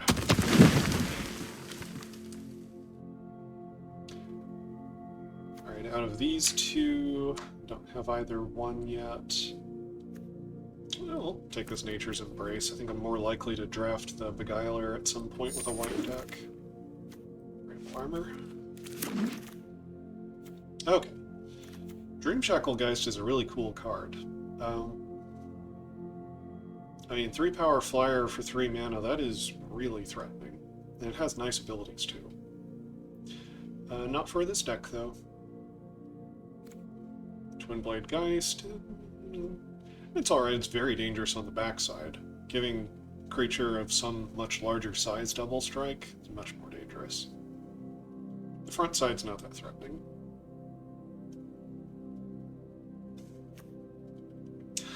Honeymoon Hearse. It's a flavorful card, takes 2 creatures to crew it. A 5/5 Trampler for 3 is nice and all, but my creatures, for the most part, are threats unto themselves, and tapping them down to unlock this card's potential is wasting a lot of other potential. Honeymoon Hearse is not actually very good. Sad to report. Markov Waltzer. If you're in these colors, this is fine. It represents 3 power total, as long as you have another creature.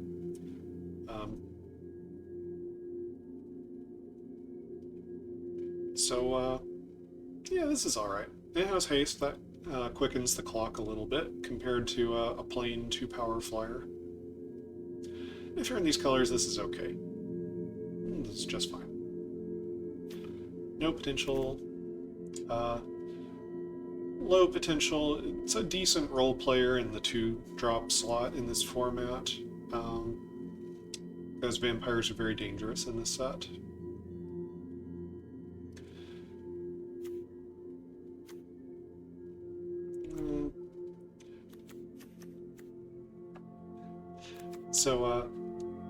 These blue cards are fine, but I'm gonna start focusing in more on just the black, red, colorless, and anything that's so good we would splash it. Double blue is, you can't splash that. Waltzer's not really good enough to upset the apple cart to add white to your deck for. It's not that good. These blue cards are, yeah, they're okay. Phalanx, no potential, low potential. Okay. This is not a great pack for us. Not a great pack. I am not for sure that any of these cards will make the cut in the final deck. Flame Breather might.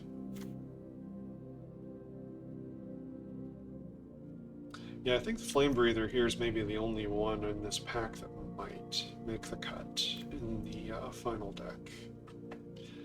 How many 2-drops do I have? 2, 3, 4, 5. That's not bad. It's not bad at all. This is a pretty bad 2-drop. Okay, so when a pack does not serve your purposes to this extent, this much, it's okay to take the rare in that case. If there's really nothing that serves your deck, if you really don't think it's going to make the final cut, you can take the rare or the uncommon in that case. Whispering Wizard, this represents a very dangerous card in a spells deck, non-creature spells deck. Triggering it once gets you a square deal, triggering it twice puts it above rate. And more than that, you're running away with the game. So, Whispering Wizard, this is good. Bloodsworn Squire. Oh, this is a discard outlet. That's worth noting. That could turn on the Ragged Recluse. Makes it indestructible, taps it, and then if you have 4 or more creatures in the graveyard, transform it. More so for a black-green deck, but this deck has a very high creature density. So it could transform. And then its power and toughness are equal to the number of creature cards in your graveyard, and it can still discard to gain indestructible and tap. So 3/3 for 4 is already middling, let's say. 4/4 would be better, but it's okay. And then has the potential to be more than a 3/3, to be bigger, and still turn indestructible. This card is okay. I think it is fair. I will consider it because of the Ragged Recluse. Sanguine Statuette. Don't really have enough blood tokens to make this very exciting. Adamant Will, no potential. Shield Bashers, good. Some decent blue cards there. Ooh, Desperate Farmer, that's nice. That's nice. Belligerent Guest is perfectly serviceable. I think the Farmer's better, though. In the festivities, Servitor's kind of a filler card. Might not run the one we've got. Okay. So I think this is between the Desperate Farmer and the Bloodsworn Squire. I am not lacking for 4-drops. Not at all. It's got so many high potential 4-drops already lined up, waiting to go. I think the Desperate Farmer is the take here. Even though I like the discard synergy, potentially, with these Ragged Recluse, I think I take the 3-drop here, try to ease the mana curve just a little bit.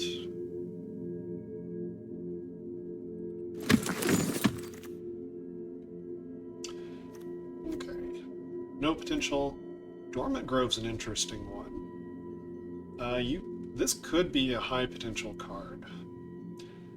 Right? Beginning of combat puts a counter on something, that's already very nice. Then if it has 6 toughness or more, you get a 3/6 vigilance for 4 mana, which is also quite nice. Vigilance, it turns out, is a really powerful ability, and it gives all your other creatures vigilance.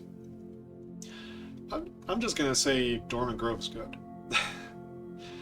You can't run too many because you need creatures to put it on. That's the one caveat here. It doesn't do it by itself. You need a really high creature density, but Dormant Grove is very dangerous. Low, low, high. None, none. Decent. Decent. The problem with Daybreak Combatants. So if you're running a really low to the ground aggressive deck, where your curve doesn't go up to things like 6, then you might want Daybreak Combatants in this format. What I have found often in this format, that Daybreak Combatants is a liability because of Innocent Traveler. So, oh, look at that. I have this creature that's now just a 2/2 human on the ground, and now my opponent has this Innocent Traveler. Great.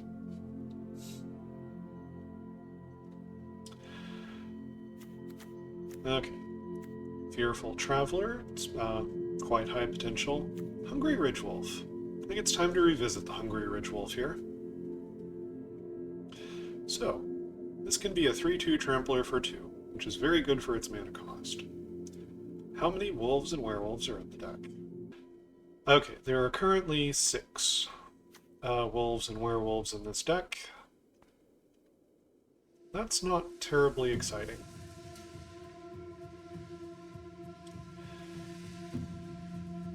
But it looks like I've got plenty of 3-drops. I know I have plenty of 4-drops. And a couple of 2-drops. Like the Kessig Flame Breather I'm really uncertain on. The Runebound Wolf is a little bit iffy. I think I should take the Hungry Ridgewolf here. I think it has greater upside. If I find some more werewolves through this pack, this might end up being a great 2-drop spot. I think it's at least reasonable. We've got a fair number of other wolves and werewolves in the deck. Bride's Gown. This is a pretty dangerous piece of equipment. even without the Groom's Finery, just +2/+0, moving around, yeah, that's dangerous. And that's a pretty good piece of equipment if you're in the colors. Vile Spawn Spider, this is a neat little card. I think maybe has some constructed potential. If you're in these colors and you've got, you know, a mill deck cooking along, this is not bad at 2 mana, and later it could make a whole big pile of insects and help you go wide. I think it's alright for its mana cost.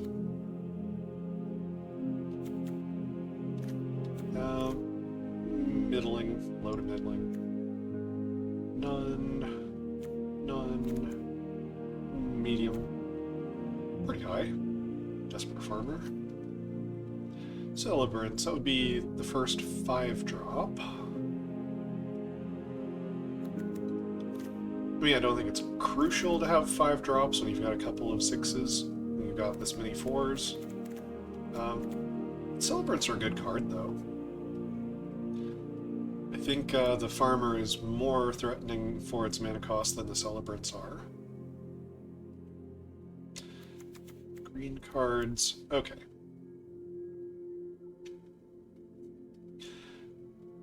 Yeah, I think I respect the aggressiveness of this format. Probably go with the Desperate Farmer here. I mean, the Celebrants can give you blood tokens to turn on these Recluses. It would be really nice to turn them on earlier, though. So I'm more likely to keep, you know, maybe the Epicure and the Ceremonial Knife to try to flip these. This comes down on 5. It would still be worth it, even later in the game, to flip them over, but would have less impact by then. Yeah, I think the Farmer is the more powerful card. It's just a matter of flipping it.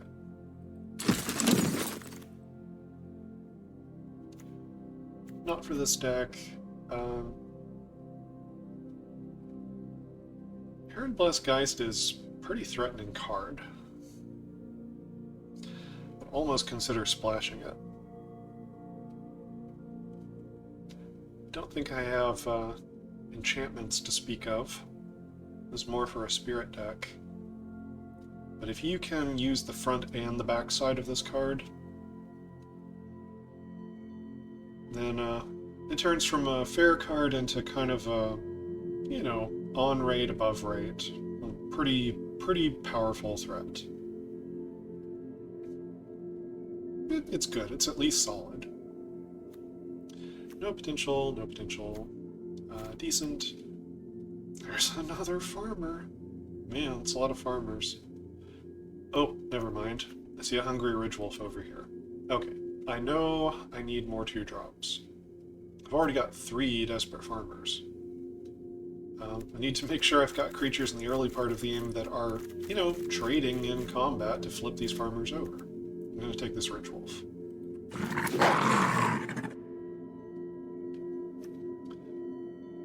Arm the Cathars. It's a one-time bonus, so unless you're killing the opponent that turn, no potential.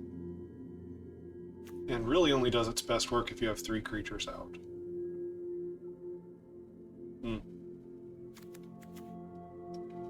Soul Cipher board. This is actually a pretty cool card.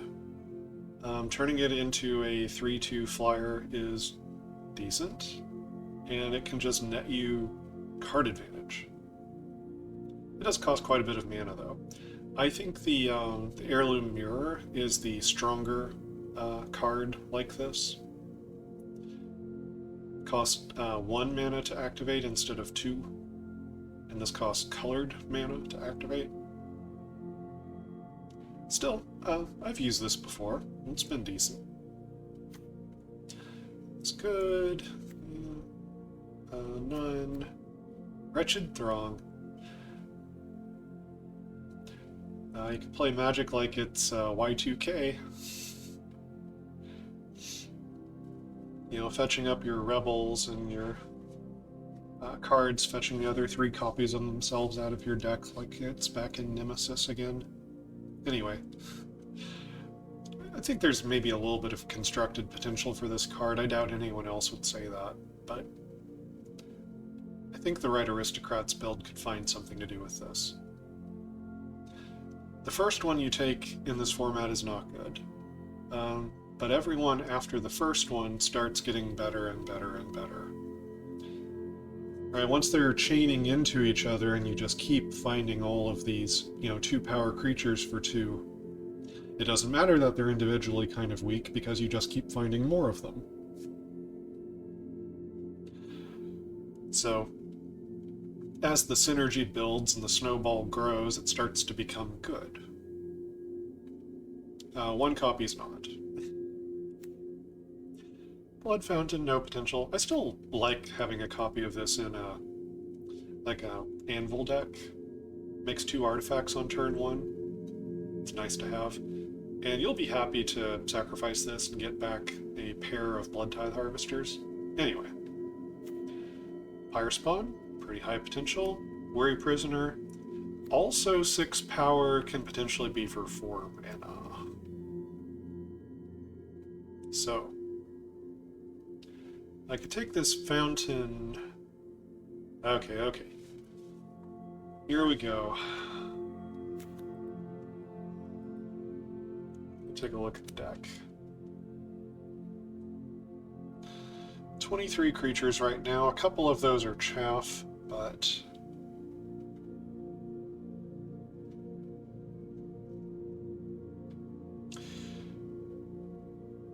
I'm already getting to the point where I'm going to have to cut playables, probably.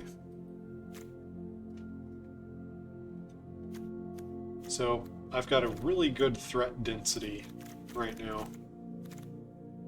A lot of really threatening, dangerous cards that are filling out this deck. And I think taking this Blood Fountain, oddly enough, getting that blood token early, like I was talking about for this Ragged Recluse, I think the Blood Fountain is starting to become a better choice. I don't think I want more than 1, but I think 1 copy, I'll be happy for the blood token, and I think I can make use of the 1 copy to give me card advantage later. I think it's the take here.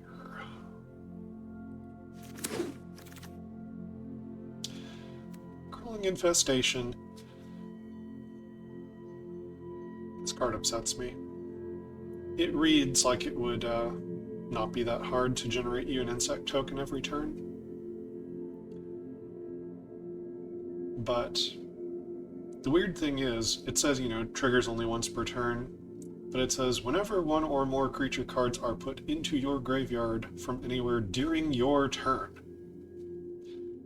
During your turn. It can't trigger on the opponent's turn, and the mill 2 whiffs surprisingly often. This is still a pretty good piece for a mill deck in this format to fill up your graveyard, and it will get you some incidental insects. But you can't count on this card to make you an insect every turn. So it's not as good as it sounds like. And if you make a 40-card deck, there's a real risk you could mill yourself out. Even though this is a May, you may mill 2 cards. You don't have to. But you keep looking for that insect token, so you keep doing the mill trigger. This has milled me out before, and I have been disappointed with it before. I think if your creature count is really, really high, you can afford to have a couple of these in your deck. But buyer beware. Militia Ralliers, fair. No potential, no potential. It's okay, it's a little low potential. None. Okay, let's do the math on Daybreak Combatants. So the haste quickens the clock, and it also adds +2 power once. So it comes in for 4 on turn 3. After that, you need to deal 16 more damage. There'll be 8 more turns after turn 3, so by turn 11. Turn 11, this could win the game by itself. It's also not very likely to get through all of that time. It doesn't have any evasion or any special ability to attack into large creatures. And turn 11 is not that fast of a clock. Right, a 2-power creature that started attack, a 3-power creature, rather. Like a 3/1 on turn 2 that started attacking every turn would win over the course of 7 turns, and that would be turn 9. So this winning by turn 11 is really not that special.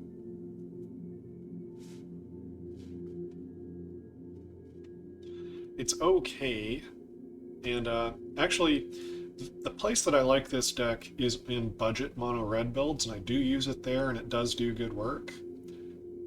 It's fun to come in with this for 4 damage on turn 3, and then you play the Creepy Puppeteer on turn 4, swing with them both, and you turn this card into a 4/3 when they attack together. Good times.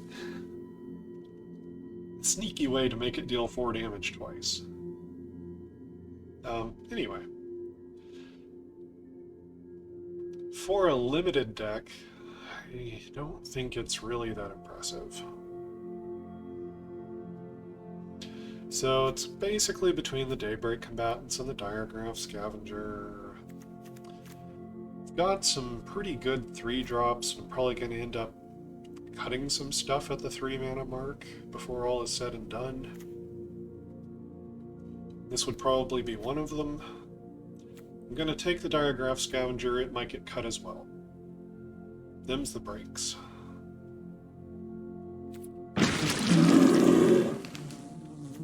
Sawblade Slinger, this is a cool card. I think this card has constructed applications, especially if you have a way to fetch it up out of your deck, right? Like if you've got Vivian on the hunt, or whatever the Vivian is for 6 mana. You can use her +2 and turn a 3-mana creature into this out of your library, so you can tutor this up as a 4/3 that blows up an artifact. And there are a lot of artifacts in Constructed right now. Anyway, for limited play, there's a lot of zombies. There's not a lot of zombies in Constructed, there are in Limited. So I think in both cases, a 4/3 for 4 that has a neat enters the battlefield trigger is pretty cool. Not for this deck, though. Militia Rallier is fair. Solid. None. Low. Middling. None. Okay. So I don't really know, if I take this Daybreak Combatants, if it would really make it into the deck. I don't know if the Heirloom would make it into the deck. Probably not. 1 would be plenty, I think. I think we're going to take the Sawblade Slinger here. I want it in my collection.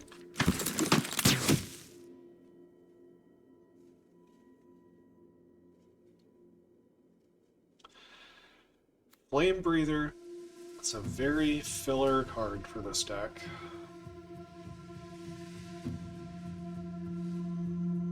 Is there any chance that I need it? 2, 3, 4, 5, 6, 7. 7 2-drops is a lot even in Phyrexia. Right? 7 or 8, that's about as much as you want even in an incredibly aggressive format. So Crimson Vow is pretty aggressive, but this is not really that powerful of a card, especially because we don't have very many non-creature spells. Unhallowed Phalanx is not for this deck. It would be a total joke here. So, let me take something I don't have. Vampire Slayer is probably the better card, but Silhoff Entomber as a looter, it's at least a little bit interesting to me. I'll probably never make a constructed deck with it, but I'm going to take it in. Okay, so there's only one card with potential here. It's the Blood Servitor. There's very good odds it won't make the cut. In the Festivities, also pretty good odds it won't make the cut.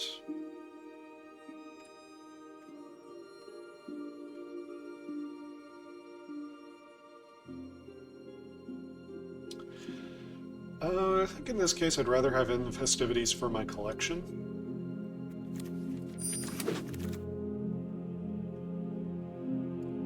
Okay, there's the combatants again.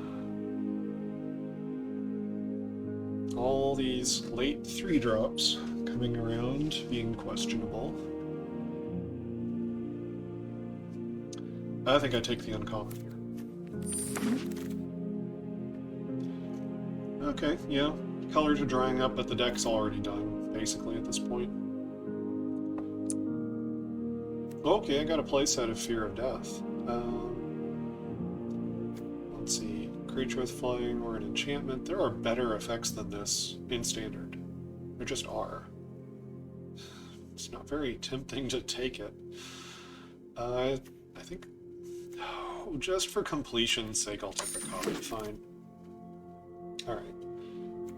Ancestral Anger is kind of more interesting to build a deck around. Piercing Light is a little bit too small of an effect for constructed play. Alright, if it was, you know, kind of like a shock that could only hit a creature, maybe you would do okay with that, but it can't clear out a blocker. And then you have to wait for something to attack, maybe, to use it. I think it just never quite gets there for constructed play. Ancestral Anger, I have seen people try to use this card, so take it for the collection. Alright, Fear of Death. That is Vault Progress.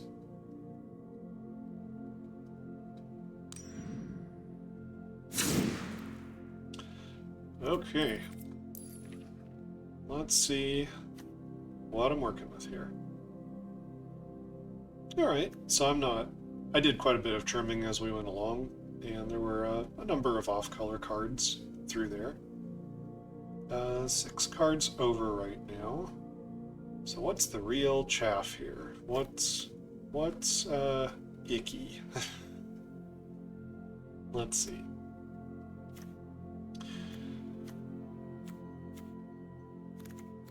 Diregraph Scavenger... I like it, but I feel like it's outclassed by a number of things here, and I'd rather lower the mana curve a bit. Skulking Killer might end up on the chopping block too. Let's see. Blood Servitor's pretty iffy. Pointed Discussion. Do I want a pointed discussion just to give me another outlet, some way to flip the Ragged Recluse? I've got a Blood Fountain, an Epicure, Ceremonial Knife. All of them can come down early in the game. Can help flip a Recluse relatively early in the game.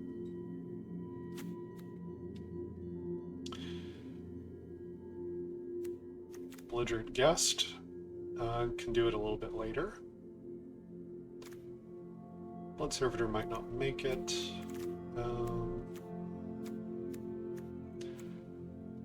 Alright. The lack of 5-drops is making me think I don't need the Heirloom. If you don't hit a land, then it can ramp you from 3 to 4. But there's pretty good odds I'll have plenty of things to do with 2 and 3 mana. And not be forced into the position where I need to ramp to 4. I have a few plays I could do for 1 mana when I play the Heirloom, but I don't think I need it here. Okay, would I rather have a Blood Servitor or a Pointed Discussion? I think this is really one of the questions I'm getting down to here.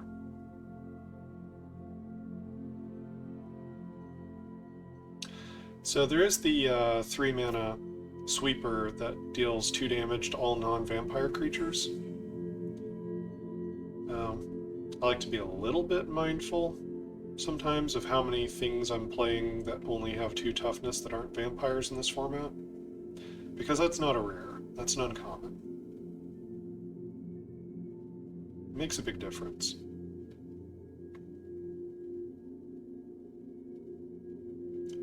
But this is a board presence, where pointed discussion actually loses you life. Card advantage is nice, but I really think I want the body. And it's a little crazy, but I think I want the Blood Servitor more than I want the card draw. Flame Breather feels like a really filler card here, and I think I'm going to go ahead and cut it. Okay, 2 more cuts, and it's probably the Skulking Killer and the Blood Servitor. I could also cut a Pyre Spawn off the top. I think I like this big top end on the deck. I think I've seen a lot of people, when they resolve a Pyre Spawn, end up winning the game in this format. Alright.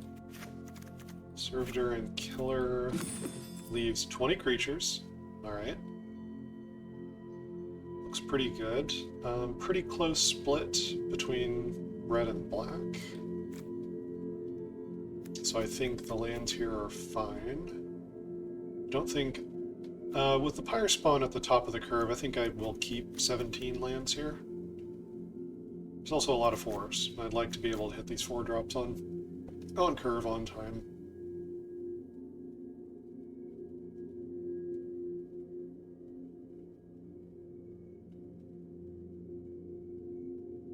Yeah, I think this is the deck.